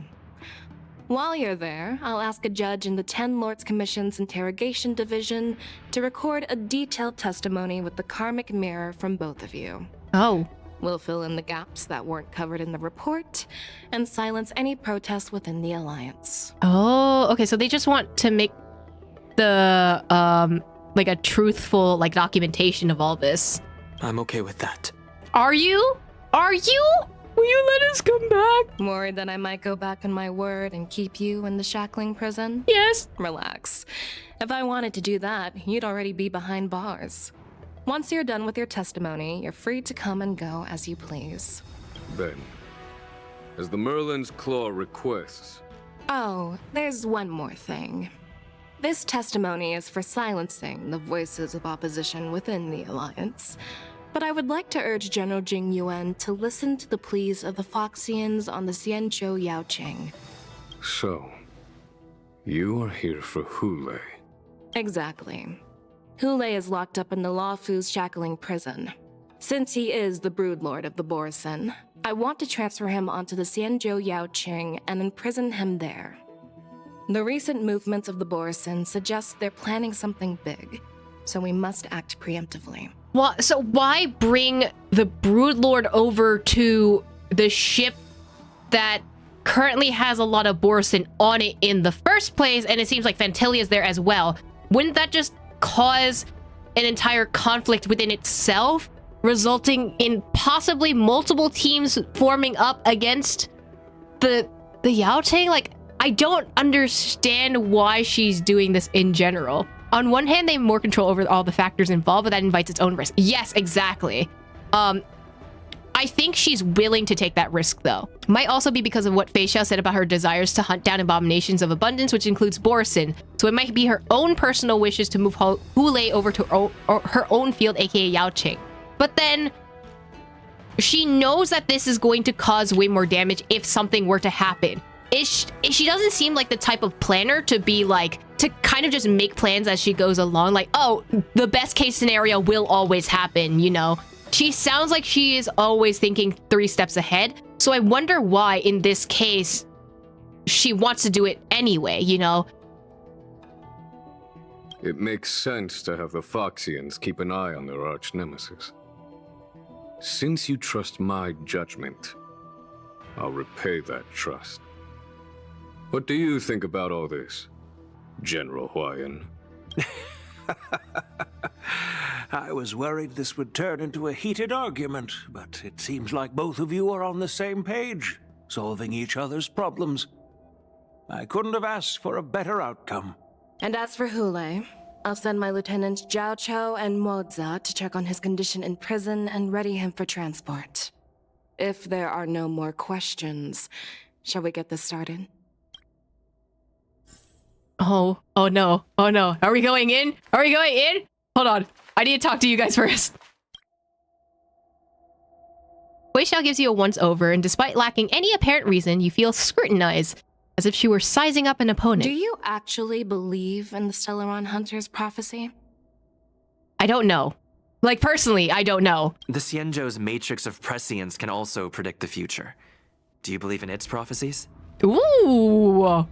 That's a good retort. I understand. Do you really believe us? Wei Xiao gives us a nod. While words can be deceiving, your gaze, your breathing, and your scent, they reveal more than your words do. I trust my intuition more than any words. You know what? That's fair. I'm the same way. Well, I'm glad we managed to talk this out.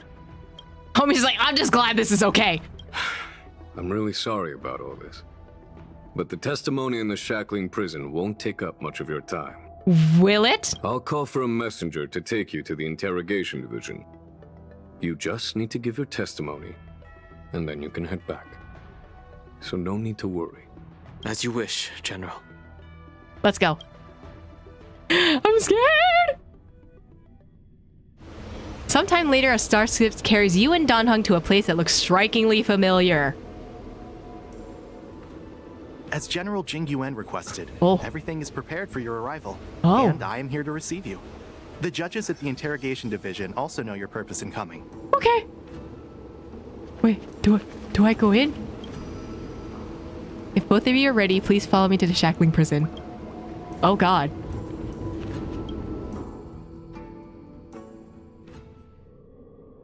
The shackling prison. I didn't expect to be back here after all these years. Dan Heng, oh no! Dan Heng. Don't worry about me. Ah, oh no! I'm scared for both of them! If you're ready, I'll open the gate for you. Ooh, is this the entrance to the shackling prison? Wait, is the shackling prison inside the Scale Gorge Waterscape? Once I step in through the door, I'll be inside the prison. This is all the same thing, but in different words. Well, technically, the shackling prison is spread out across multiple delves, and the ancient sea is just where they overlap. Please, come on in, dear guests. I don't like the way that you're saying it, honestly. Especially because it's just like, this is a jail, but it feels like we're going into a hotel, which I'm scared.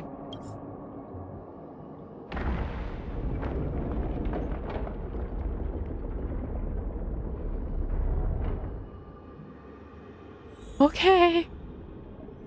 I'm going in. Yep. Definitely not terrified. Oh. Oh, hello.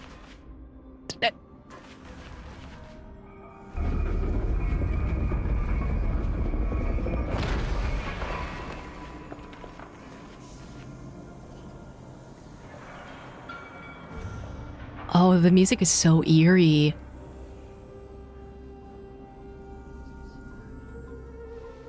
Oh, there they are. Oh, I don't like that he smirked at me! What are you looking at? The shackling prison on the Loufu is completely different from the one on the Yaoqing. It's completely underwater. Whether it be in the clouds or underwater, breaking free would still be a piece of cake for me. Still thinking about your old jailbreak tricks, huh? Forget it. You're free now. Just don't do anything stupid, or the judges will throw you back in there and lock you up for a few hundred years. What? You'll see me again in just a few days. Taking Hule back to the Yaoqing means a lot to the Foxians on the ship, and to the General herself. So stay alert.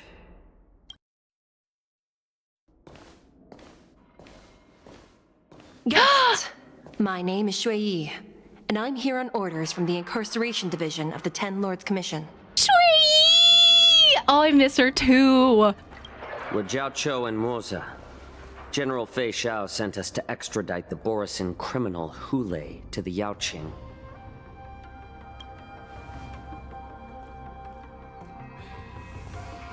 We're here to inspect the conditions of his imprisonment and make preparations for the handover and transportation.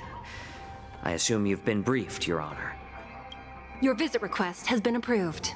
I'll be your guide for this trip. Prisoner Hule, the warhead and brood lord of the Boris and Abominations of Abundance and the arch-nemesis of the Foxians, is responsible for 2,123 wars of aggression and countless associated crimes. Due to his heinous acts, he has been imprisoned in the depths of the shackling prison and subjected to the punishment of the Forest of Swords until the end of time. He shall never be pardoned. No need to repeat his crimes and sentence, Your Honor. He is the greatest enemy of us Foxians. The stories of his atrocities are used to terrify our children. I'm well aware of every crime he's committed. Let's move on to the next step. When it comes to visiting criminals, there are rules in place to ensure your safety. I know you've heard legends about Hule since you were children, but your knowledge about him is likely very limited. Only the judges of the Ten Lords Commission truly know what kind of abomination is locked up at the bottom of the shackling prison. It has been centuries since Jing Liu, the former sword champion of the Loufu, captured Hule. Oh. And during all those years, we never provided him with any food. What? Yet he somehow managed to stay alive. What? It defies all the documented physical characteristics of the Borisin. That seems like torture, but also, how is he alive in that case? The Forest of Swords, forged by the Punishment Division, is a device of intense torment, used to execute sinful abominations. Most Borisin die within 3 days in the forest, but Hule is different. Every time the blades pierce him, his body instantly heals. Oh, he has quick healing. Despite the brutal punishment, he somehow manages to survive. So, does he have like a large, I don't know, energy with abundance, I guess? The complex rules are there because of his abnormal characteristics. Do you understand now? I apologize for any offense caused. Please continue, Your Honor. I've given you the instructions regarding Hule's visitation. Please make sure you read them carefully. Uh-oh, I have to read? Oh no, I have to read! Reminders when visiting Hule. Prisoner, Hule. Summary of crimes. The Borisin Warhead, the denizen of abundance. Accountable for numerous acts of invasions and associated war crimes. Accountable for long-term enslavement of Foxians and utilizing their blood for alchemical purposes. Detention method. This prisoner must be subjected to the punishment of the Forest Swords and never be pardoned. They must be transferred to different locations on a regular basis. Their shackles must be checked for sturdiness during the transfer, and the air filters in the new cell must be intact and functional. Notes. The confinement of this prisoner is in the foundation of the alliance between the Xianzhou and the Foxians. Any individuals objecting to this sentence should be punished for sowing discord. Anyone who contacts or converses with this prisoner must take poison-proof pellets or wear a breathing mask equipped with a filter cartridge to counteract the effects of the lupitoxin. The prisoner's place of detention must be changed on a yearly basis, and the new location must remain unknown to individuals below the ranks of Cloud Knight Lieutenant or Judge. Do not mention Jing Liu when conversing with this prisoner. Oh, right. And please, take this pellet before proceeding. No, I'm not taking random medicine. Then you won't be allowed to visit Hule. Just swallow it already. Hule is like all Borisin. He can release a pheromone called lupitoxin that induces fear. Thousands of years ago, we Foxians were enslaved by the Borisin. Not because we were naturally weaker, but because of their lupitoxin. This pill is for our own mental well-being. I understand. I knew you were a reasonable person. Now that we've taken the medicine, let's proceed.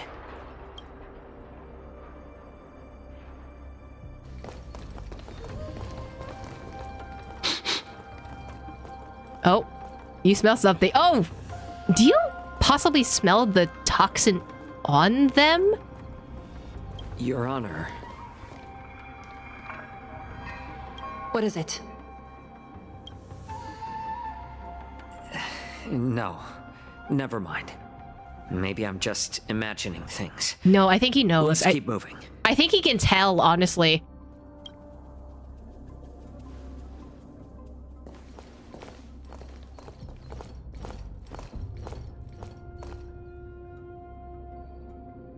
Here we are. Her Honor hasn't arrived yet. Please wait a moment. Oh. Don Hung, what do you say? This place... it's still as cold as it used to be. No, the trauma! Are you okay, Don Hung? Sorry. I was just reminiscing about some unpleasant memories. Once we're done with the testimony, we'll leave immediately. Thank you.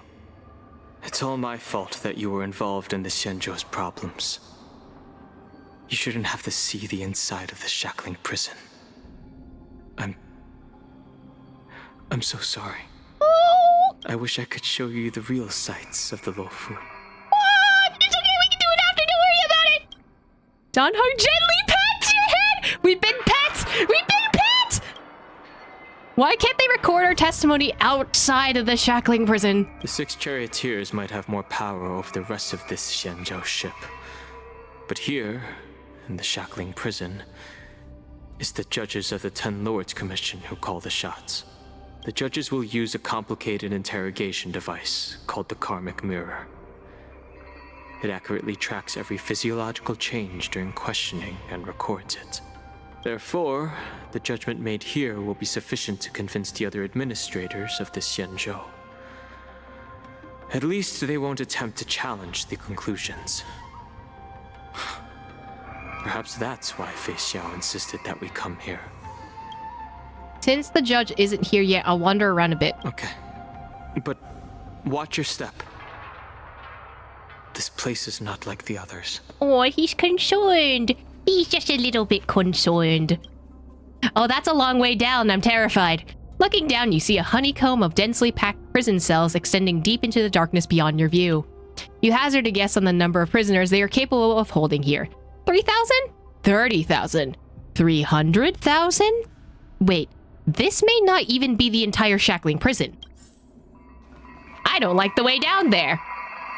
You notice the Scale Gorge Waterscape's shackling prison was built at the bottom of the ancient sea, as a column structure that extends endlessly to the depths. Spiritfarers monitor and manage real-time information of prison cells and prisoners on the screen. Welcome, dear guests from the Express. Hanya! Judge Hanya of the Interrogation Division. We've met before. I missed you, Hanya! Are you and the sister the only judges here? You don't want to see me? No, that's not the case. In that case, I can call in the judge who's an expert in acupuncture, or the one who's handy with axes and saws, or the one who knows all about whips and ropes. Oh? We've got plenty of options here, and we'll find one that suits your taste. No, I'm glad that you're here. That is not what I meant. Just kidding. We judges work in shifts, and it just happens to be my shift. Maybe we're destined to cross paths. Please allow me to express my gratitude to you again for subduing the demons in the Fixtral Garden. Looks like while March 7th and I were clueless, you already made many friends on the Xianzhou Loufu. We're ghost hunter streamers. It was all lucky coincidence. Pom-Pom takes care of us at home and friends take care of us on the road. That's just how it goes. Even though you and I have met before, we can't show any favoritism under the 10 Lords. So, please do as I command as we head to Scrivener Hall and beyond. Don't do anything without my permission. Okay, Hanya. This is not a place for ordinary mortals. You and Mr. Danheng, please come with me. Please lead the way, Your Honor. Please let me activate the mechanism before we all move forward. And please, watch your steps. Oh god, everything is moving.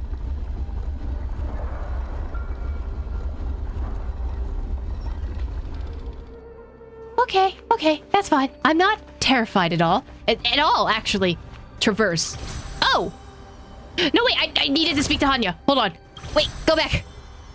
Hanya, do you have the... Oh god, she disappeared. Wait, Hanya!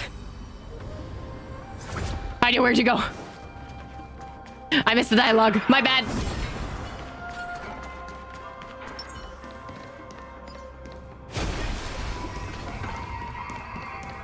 Hello? There are a lot of people here. I'm terrified, actually. Hello? Oh, okay. Of course we're going to the center to go all the way down or something. You know, that's just how it is, huh? Anya? I heard the war dance is about to be held in the mortal world. I remember watching a sword duel at the war dance with my sister when we were young. The Cloud Knight, who was the Loufu's ringmaster, was an amazing swordsman, and their sword flashed like lightning. The Outworld Challenger had fiery red hair and a hand made of steel, which roared like thunder. They battled for a long time before a winner could be declared. Time sure flies. Now, both my sister and I are residents of the Netherworld, and we will never again feel the thrill of a competition. Are there a lot of people in Starskiff Haven due to the war dance? Yeah, it's a lot. Sounds amazing. It's a shame I'm too busy to attend. But even if I could, I'd probably just scare people off with my current appearance. No. If you figure out a way to take time off, then we can go see it together. Let's get going then.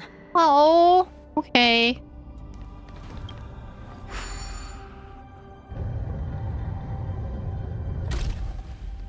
Oh!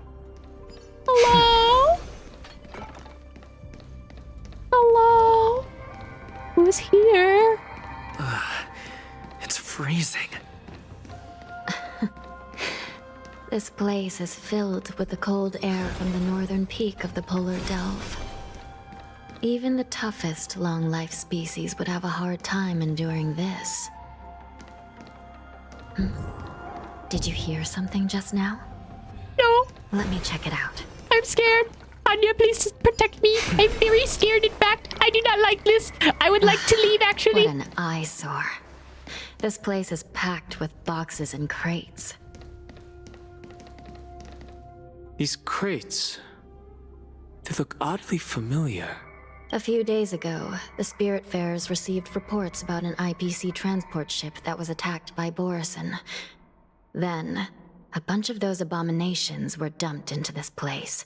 I had a feeling there would be trouble during the war dance. But throwing both the pirates and the cargo in jail?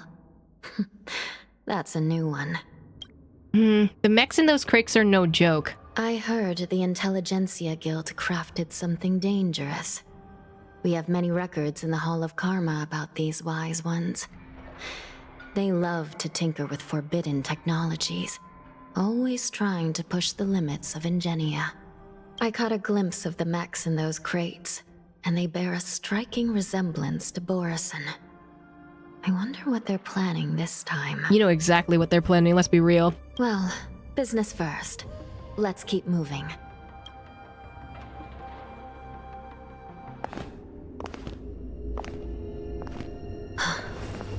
Strange. I don't remember checking the containment facilities a second time. Oh, they've escaped. Great. Love that for us, actually.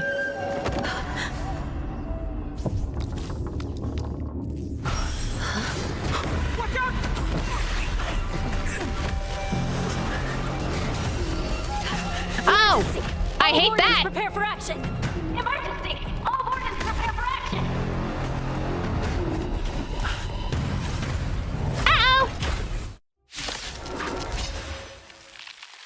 What's happening here? Why are these things moving on their own?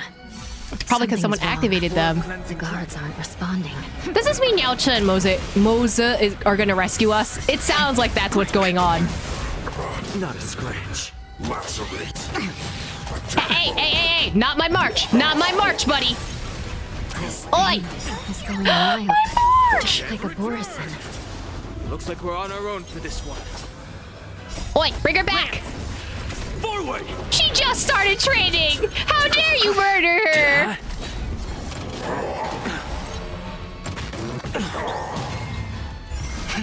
Rise! World-cleansing dragon. That was me. Right! They didn't need to murder her like that. Like, she just started her path, buddy. The dead return!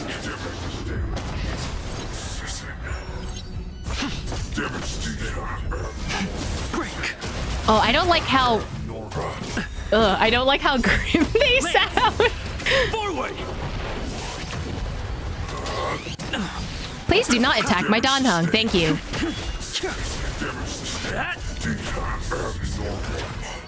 Not a scratch.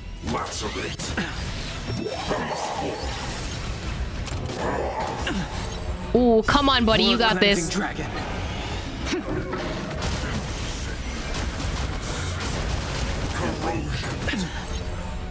I don't like they say corrosion and erosion. It just... it's very sus. Repay. The dead return! I'm very suspicious, actually. Lance! Forward!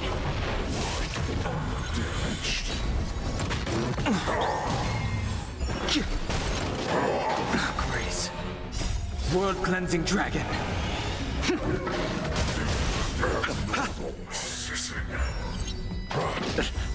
Can we keep going? You're almost done. You're almost done, buddy. Stay with it.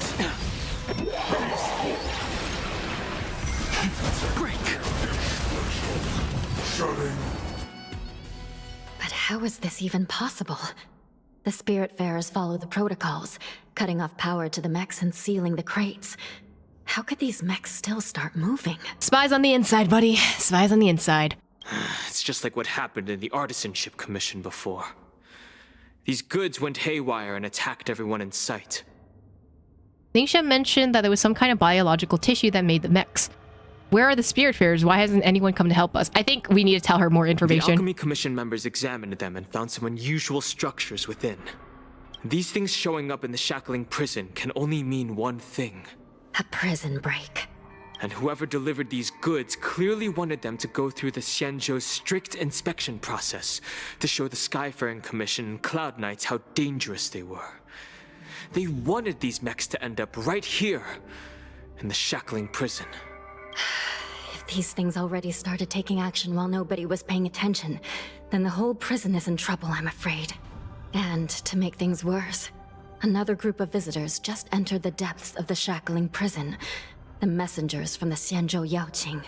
And the prisoner they came to visit might be the target whom these wolf-shaped mechs were delivered here for.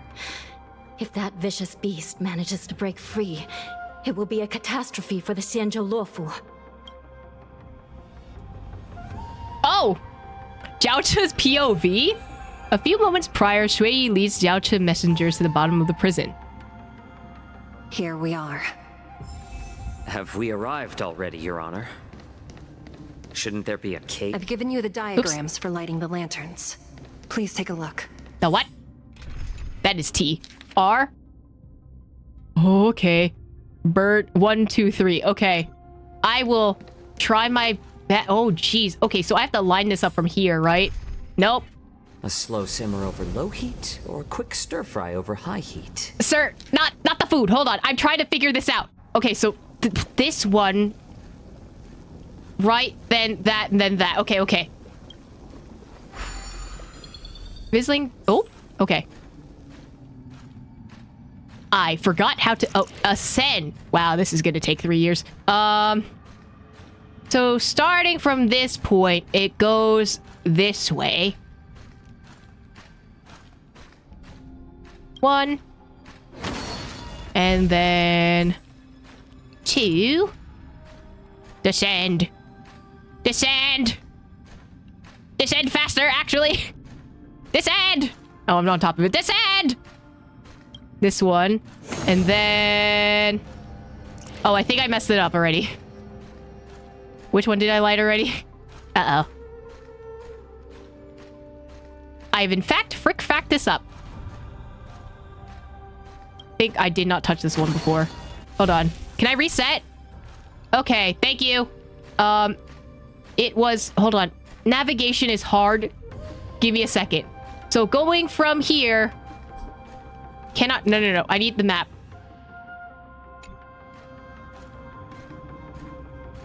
Wait, no. I started from over there. That's where I am. So, it'd be... 1, 2, 3. So 1,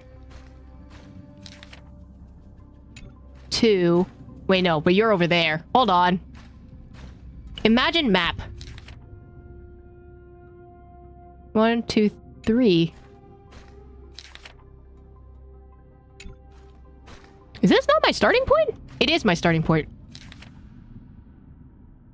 Wait, no, but you're on this side, so I need to... This is from the bottom. 1, 2, 3. So... Oh, it's determined by height. Okay. So it's lowest, medium, highest.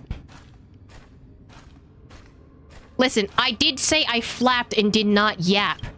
Well, most birds flap, but I yap. Imagine knowing what your slogan is. Hold on. I'm getting there. 1, 2. Flap harder!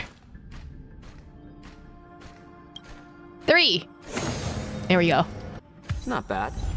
It could even use some more intensity. Oh, that's like a giant key.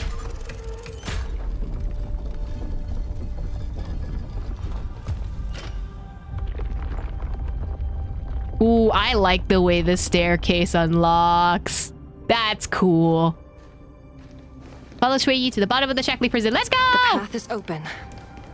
Once we descend to the bottom of the prison, please do not do anything reckless.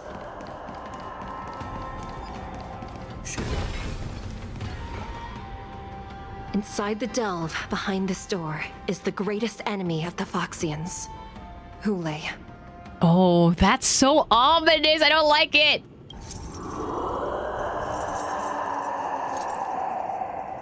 Okay, I would like to back out now. I'm terrified, actually.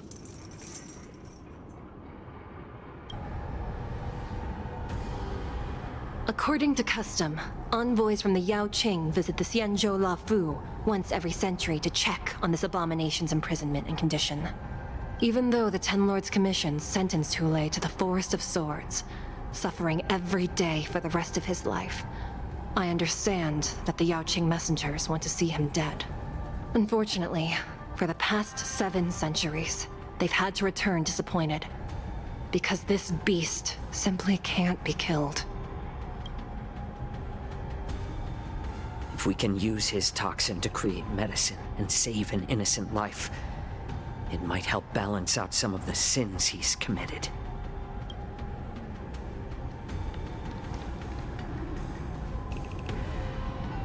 Could you be the key to a cure for the General, Hule?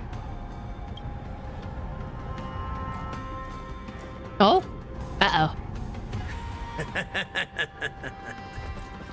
And once again, the envoys of the Yao Qing will leave disappointed. However, I won't say the same for me and my brothers. Who's there? I'm just a humble counselor of the Rhino Hound Pack. You can call me Mock Talk. Oh! Well, could you get out of here, actually? I prefer you not be here. Wardens, intruders on the lowest level! Send reinforcements! Nobody will hear you here. At the bottom of the shackling prison. Thank you for opening up the prison for us, Your Honor. We'll take it from here. No wonder I kept smelling that familiar stench. So it wasn't just my imagination. Do your thing, Moze. We mustn't let these abominations get any closer! Detestable things. There are too many of them. Once we were inside the shackles prison, we found soldiers available. Available for us is... I don't like that. There we go. Perfect. Guard the gates! They can't be allowed in!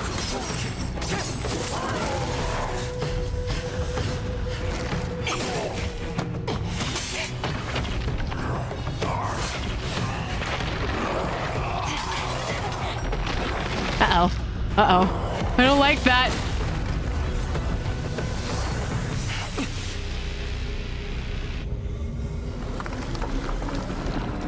Nope. Nope. Don't like that.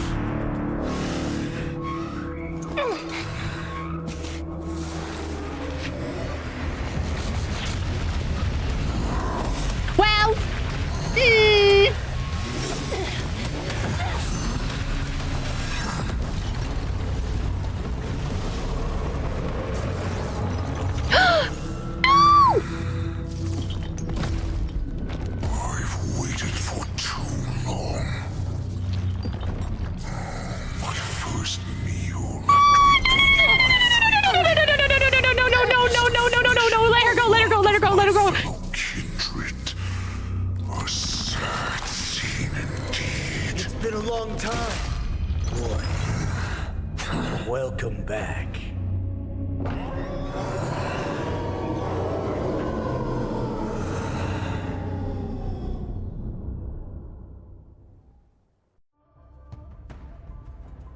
How many times has the old verdant home spun around since our last hunt?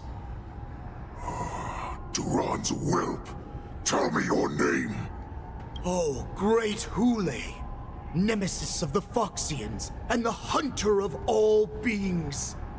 I'm Moktok, a humble counselor of the Rhino Hound Pack. I am only one insignificant heir spawned from your bloodline. It's been at least 7 centuries since you led our pack through the hunting grounds of the stars. I'm thrilled to see that you are as cunning and skillful as ever. 7 centuries. 7 centuries have passed. But why have Duran's whelps grown to look like this? Tell me, Moktok, why have you grown to resemble our most despicable slaves and enemies, the Foxians? I've been commanded to release you from this cursed prison. It is Senjaya's will. That's why I had to take a magic pill, don the skin of a lowly beast, and play along with their hypocrisy. Since you have an escape plan, tell me, what's our next move to get off of this ridiculously large ship? My brothers and I will lock down this prison, trapping the prison guards inside. This will buy us some time. The rest of my crew, who are undercover like me, will secure the vessels for our escape. According to the plan, we only have a tight 2-hour window to get out of here. Originally, I intended to carry out the plan tomorrow, but they're planning to transfer you to the Xianzhou Yaoqing now. So I seized this opportunity to set you free. What a reckless plan, you idiot! Even if we manage to get the ships, our chances of escaping are slimmer than a Foxian slipping through my claws! But we have no other choice. The angel serving under the Master of Immortality sent me with a message. Only your return will end the prolonged divisions among the Borisin. Every one of my crew is ready to lay down their lives if it means setting you free. A sneaky weakling like you is actually showing some reckless bravery with this plan. Fine. You'll get what you want. And all of Duran's whelps will too.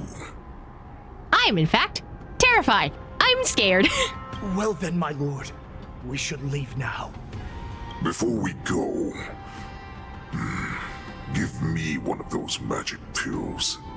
My lord, you seriously want to don the skin of a lowly beast? That would be a disgrace to your greatness, my lord. You idiot.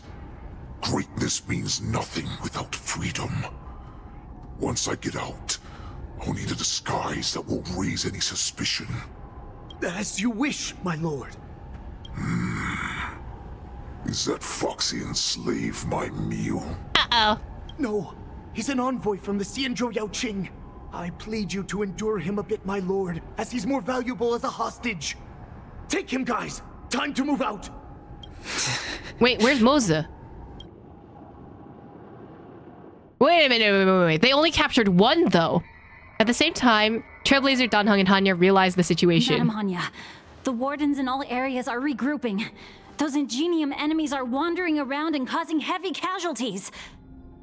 And to make things worse, those iron wolves broke open the cages and let the criminals out.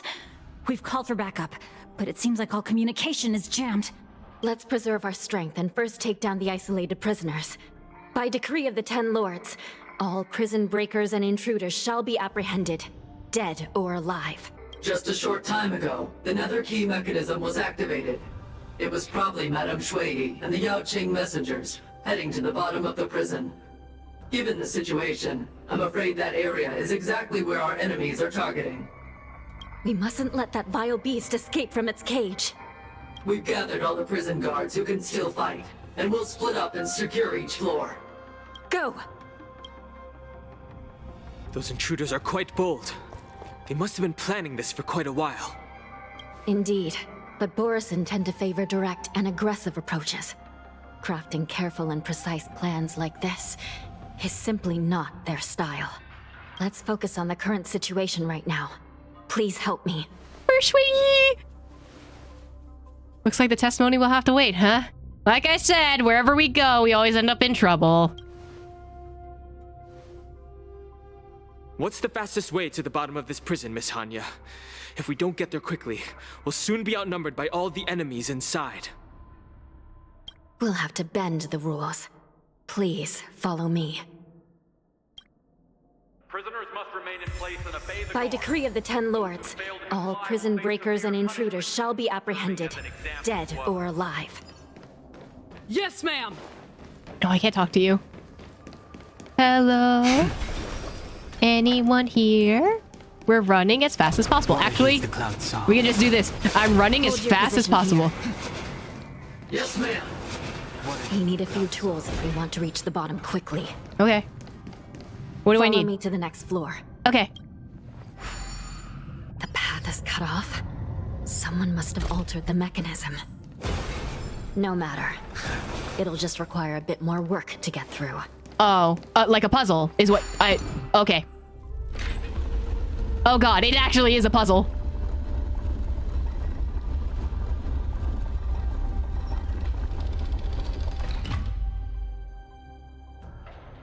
Okay.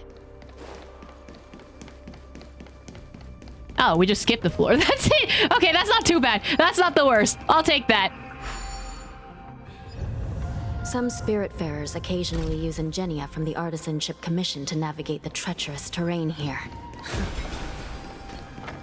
Normally, using devices like the shifting screen is strictly forbidden, as they could help prisoners escape. Well, this is an emergency situation, so... Oh god.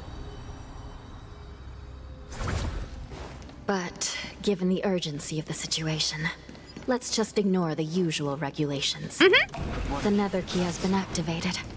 I hope we're not too late. Hang in there, sister.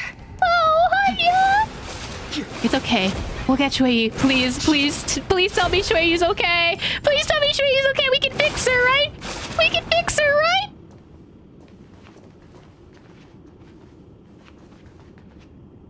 Looks like there was a fierce battle here not long ago.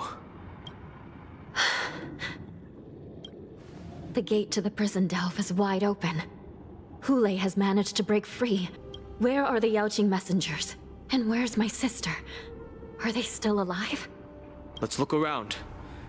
Maybe we'll find some clues. Hello? Buddy! Shui is here. She's fine, right? She's definitely fine.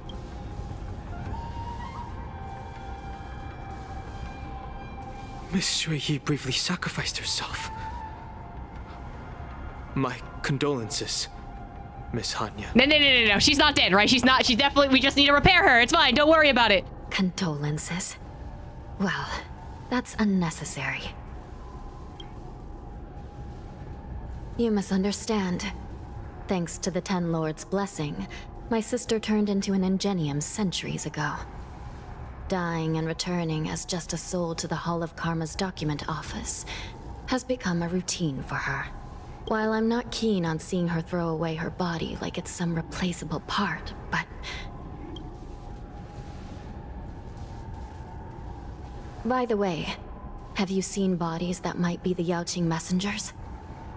One of them is a Foxian wearing exquisite clothes, and the other wears a dark cloak, like a fugitive. Okay, I think she's not dead. It's just she dies on the daily, which is also very upsetting because Hanya has to watch her sister die over and over again in this line of work, which,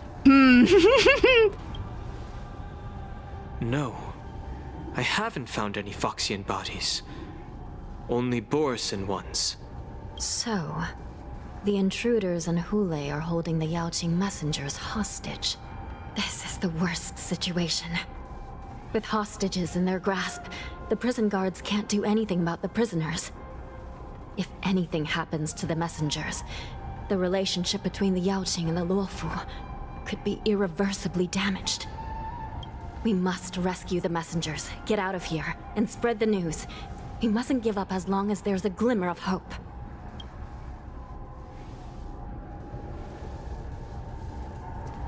What have you found, Miss Hanya?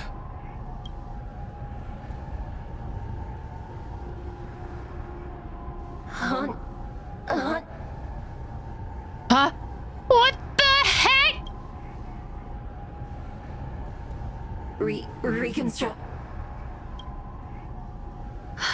It's my sister. Looks like her soul hasn't returned to the Hall of Karma yet.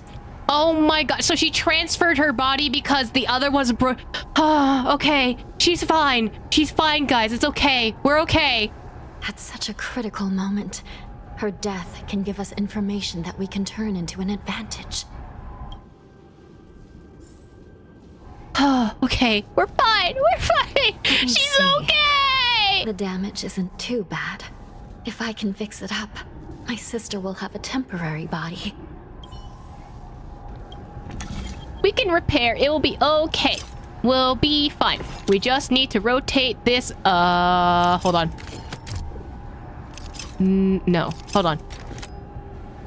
This needs to go. Nope. I'll get this one day. Don't worry about it. Here, but then this will need to go here, and then this goes here. This. Oh, wait. I can't rotate this anymore. But that gets blocked by this. Wait.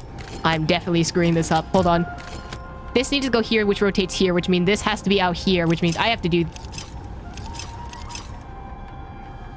Wait, I had it before. I need to rotate you out here first, so it's out of your range. Need this, so that I can rotate you back here. Hanya, I'm back. Ah, thank God. She's fine. She's fine, guys. I love the fact that this bird has her color palette with darker color palette. Right, exactly. It's just her. It's her. It's bird her. Welcome back, sister.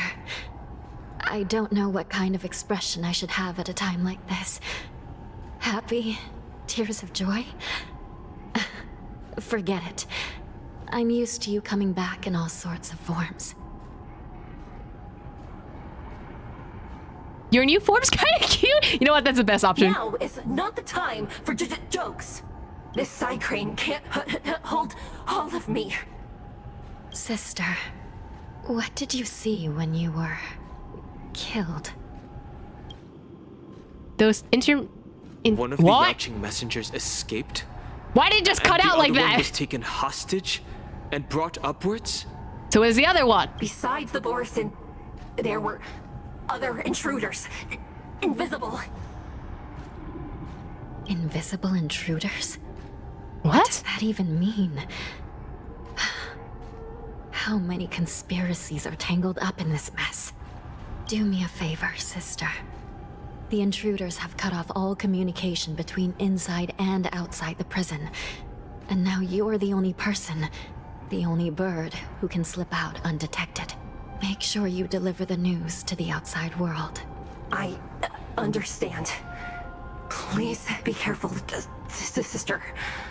You are different from me. The cycrane flaps its wings and unsteadily flies out the lower levels of the shackling prison, charging straight into the depths of the shadowy passage.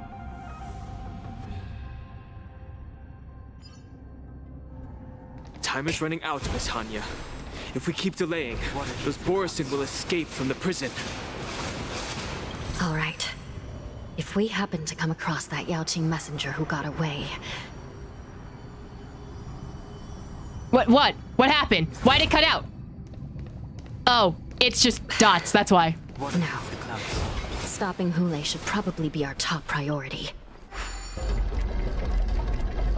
Oh, that's a lava pit. Wow, okay. I did not expect the lava pit to be here. Hello? Oh, it's like the different levels of hell. Something feels off. Something's approaching us. The invisible intruders? What? Watch your back! What? Oh, not you guys again. Prisoners from this prison. What? What do you mean they're not from this prison? Where did they come from? Oh, did they like try to stop us in case any of us survived or something?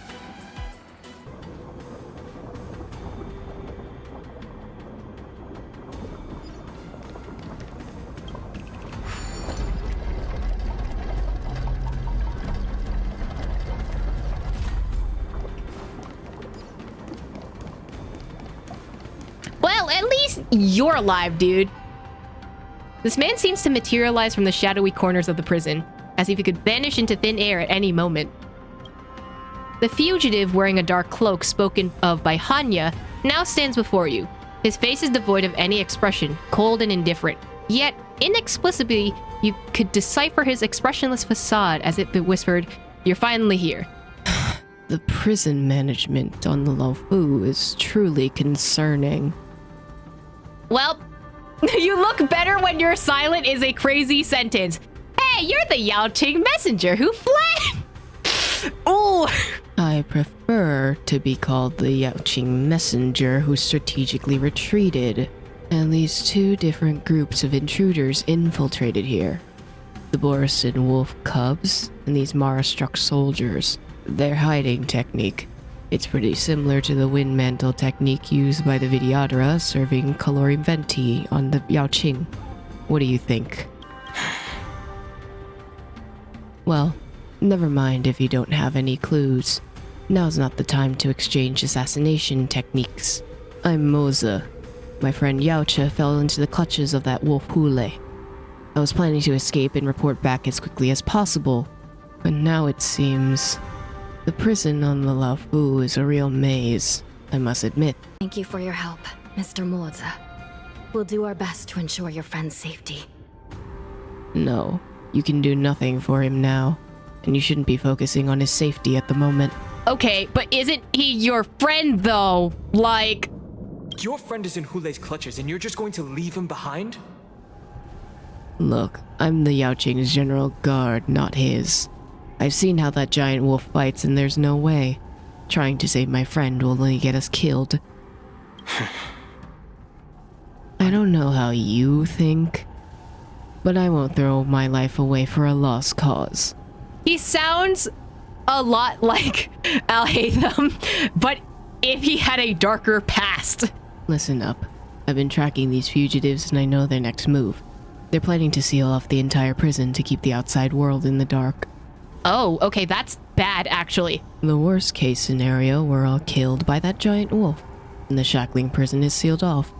No one will know about us, or about their escape until it's too late. And the best case scenario?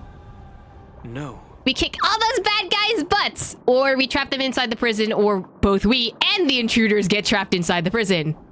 How is that your best case scenario? But I'm picking it anyway. Looks like we've got some clever minds here after all. And the best case scenario would be we seal the gates and trap the enemy inside with us. We can't let that monstrous wolf escape. Hopefully someone will eventually notice that something is off and come to help. As for whether we'll still be alive by then, it is not something we should think about. No. You sure have a way of comforting people, Mr. Moze. As a person of the Yaoqing, I've always searched for something meaningful to give my life to. Damn, okay. That sounds... Damn. I have to make it out alive. My companions are waiting for me. Yeah! As a netherworld dweller, I've already died once. Well, I want to make it out alive too. Don't worry. Even if we end up dying here, I won't let it happen to you first. That does not help me. Actually, don't sacrifice yourself. I would feel very, very sad. Well, you're just as good at comforting people as Mr. Moze. None of you are part of the Ten Lords' commission, so sacrificing yourselves isn't the right move. As a judge, it's my responsibility to guard this prison, and if someone should step up to stop Hule from escaping, it should be me, not you. Once we reach the gate, I hope you'll help me seal it. After that, I'll do everything I can to fight the Borisin. And you find a safe place to hide and wait for reinforcements. Now, let's proceed upward.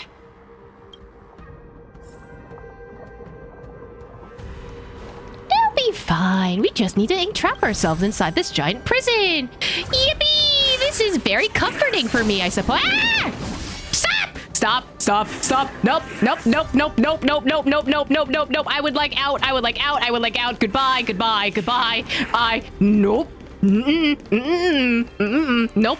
I refuse to have this. I don't like the fact that there are always invisible characters whenever we get to Loufu or anything related to the Vidyadhara. I do not like this hymn cloud magic. I would like to leave, actually. Please let me go. I'm scared.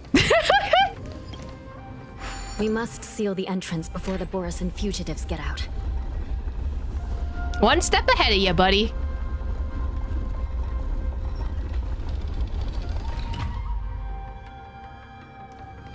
The prison wardens and mechanisms won't be able to hold them for long. Follow me. We'll try our best, though. It'll be fine. I'm not terrified for my life whatsoever.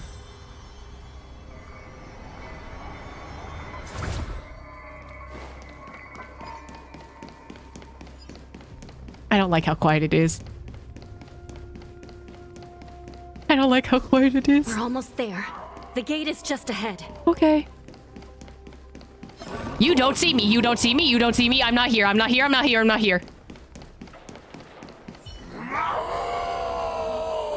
God damn it. I will hold them back. Don't let Hule escape. Okay.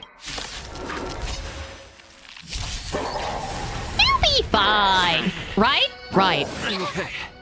Bloom. Lance! We're definitely running and definitely not fighting right now. Rise. World cleansing dragon. It's okay. Danheng just do his dragon thing. He'll be okay. The consequences are mine to bear. Okay, this is not an engaged fight, right? I can just run past him. Goodbye. Goodbye, sir.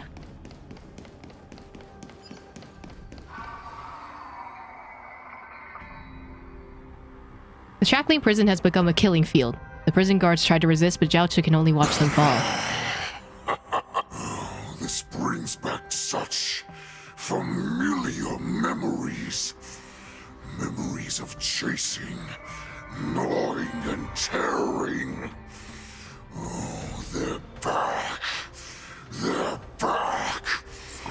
They've all come back. My lord, we're just one step away from freedom. Once we pass through the gate, no one will be able to stop us. So this hostage is useless now. Kill him, Moktok. He's getting away. Do something, Jiaoqiu. It's just like the old days, you useless loser. Just do something. Oh no, you got this, buddy! Maybe this Yao Qing messenger can strike a deal in exchange for his life. He can use his status to help us escape from the Xianzhou. What do you think, Mr. Jiaozhou?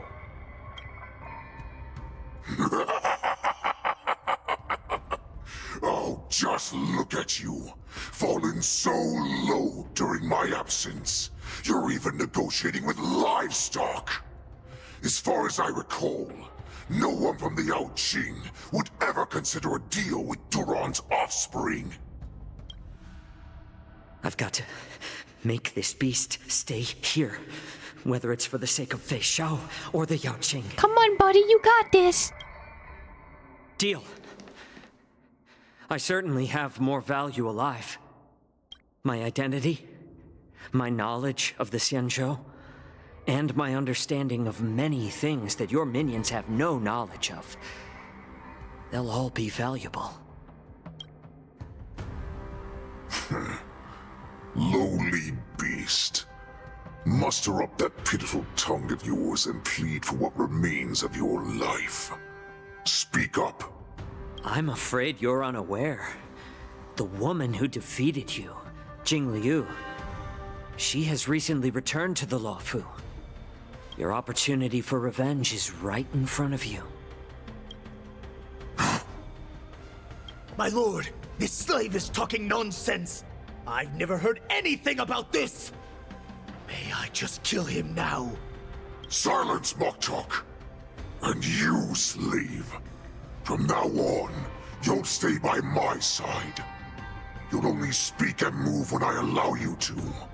Otherwise, I'll dismember you from head to tail, inch by inch. Got it? But my lord... We must stay here for some time, Moktok. Fear not. Because once I step out of the prison, it's the people of the Xianzhou who should tremble in fear. I'll show them what true calamity means. Now, Duran's whelps, follow me!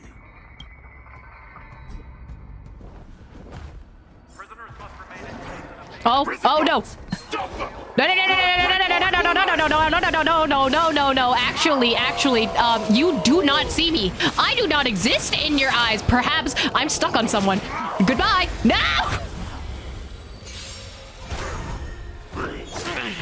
Damn it. Rise! World-cleansing dragon.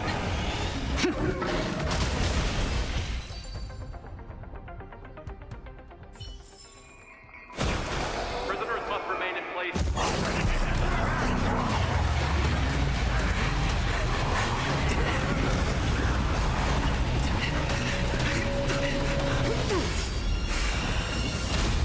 No! Report! After we lost contact with the Shackling prison, we received a message from a Psycrane. The prisoners have revolted, and the criminal Hule is nowhere to be found. What about the Yaoqing messengers and the Nameless? No news at the moment. We're trying to restore contact with the Shackling prison as soon as possible. I see. You're dismissed. General Jing Yuan, General Hua Yan.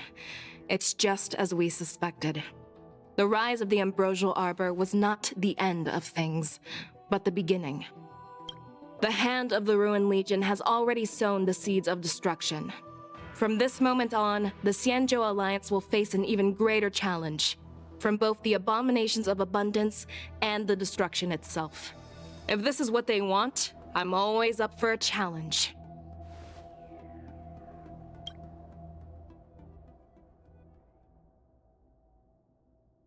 As the Marshal Special Envoy, I'll dispatch the Loufu Cloud Knights to pursue Hule myself.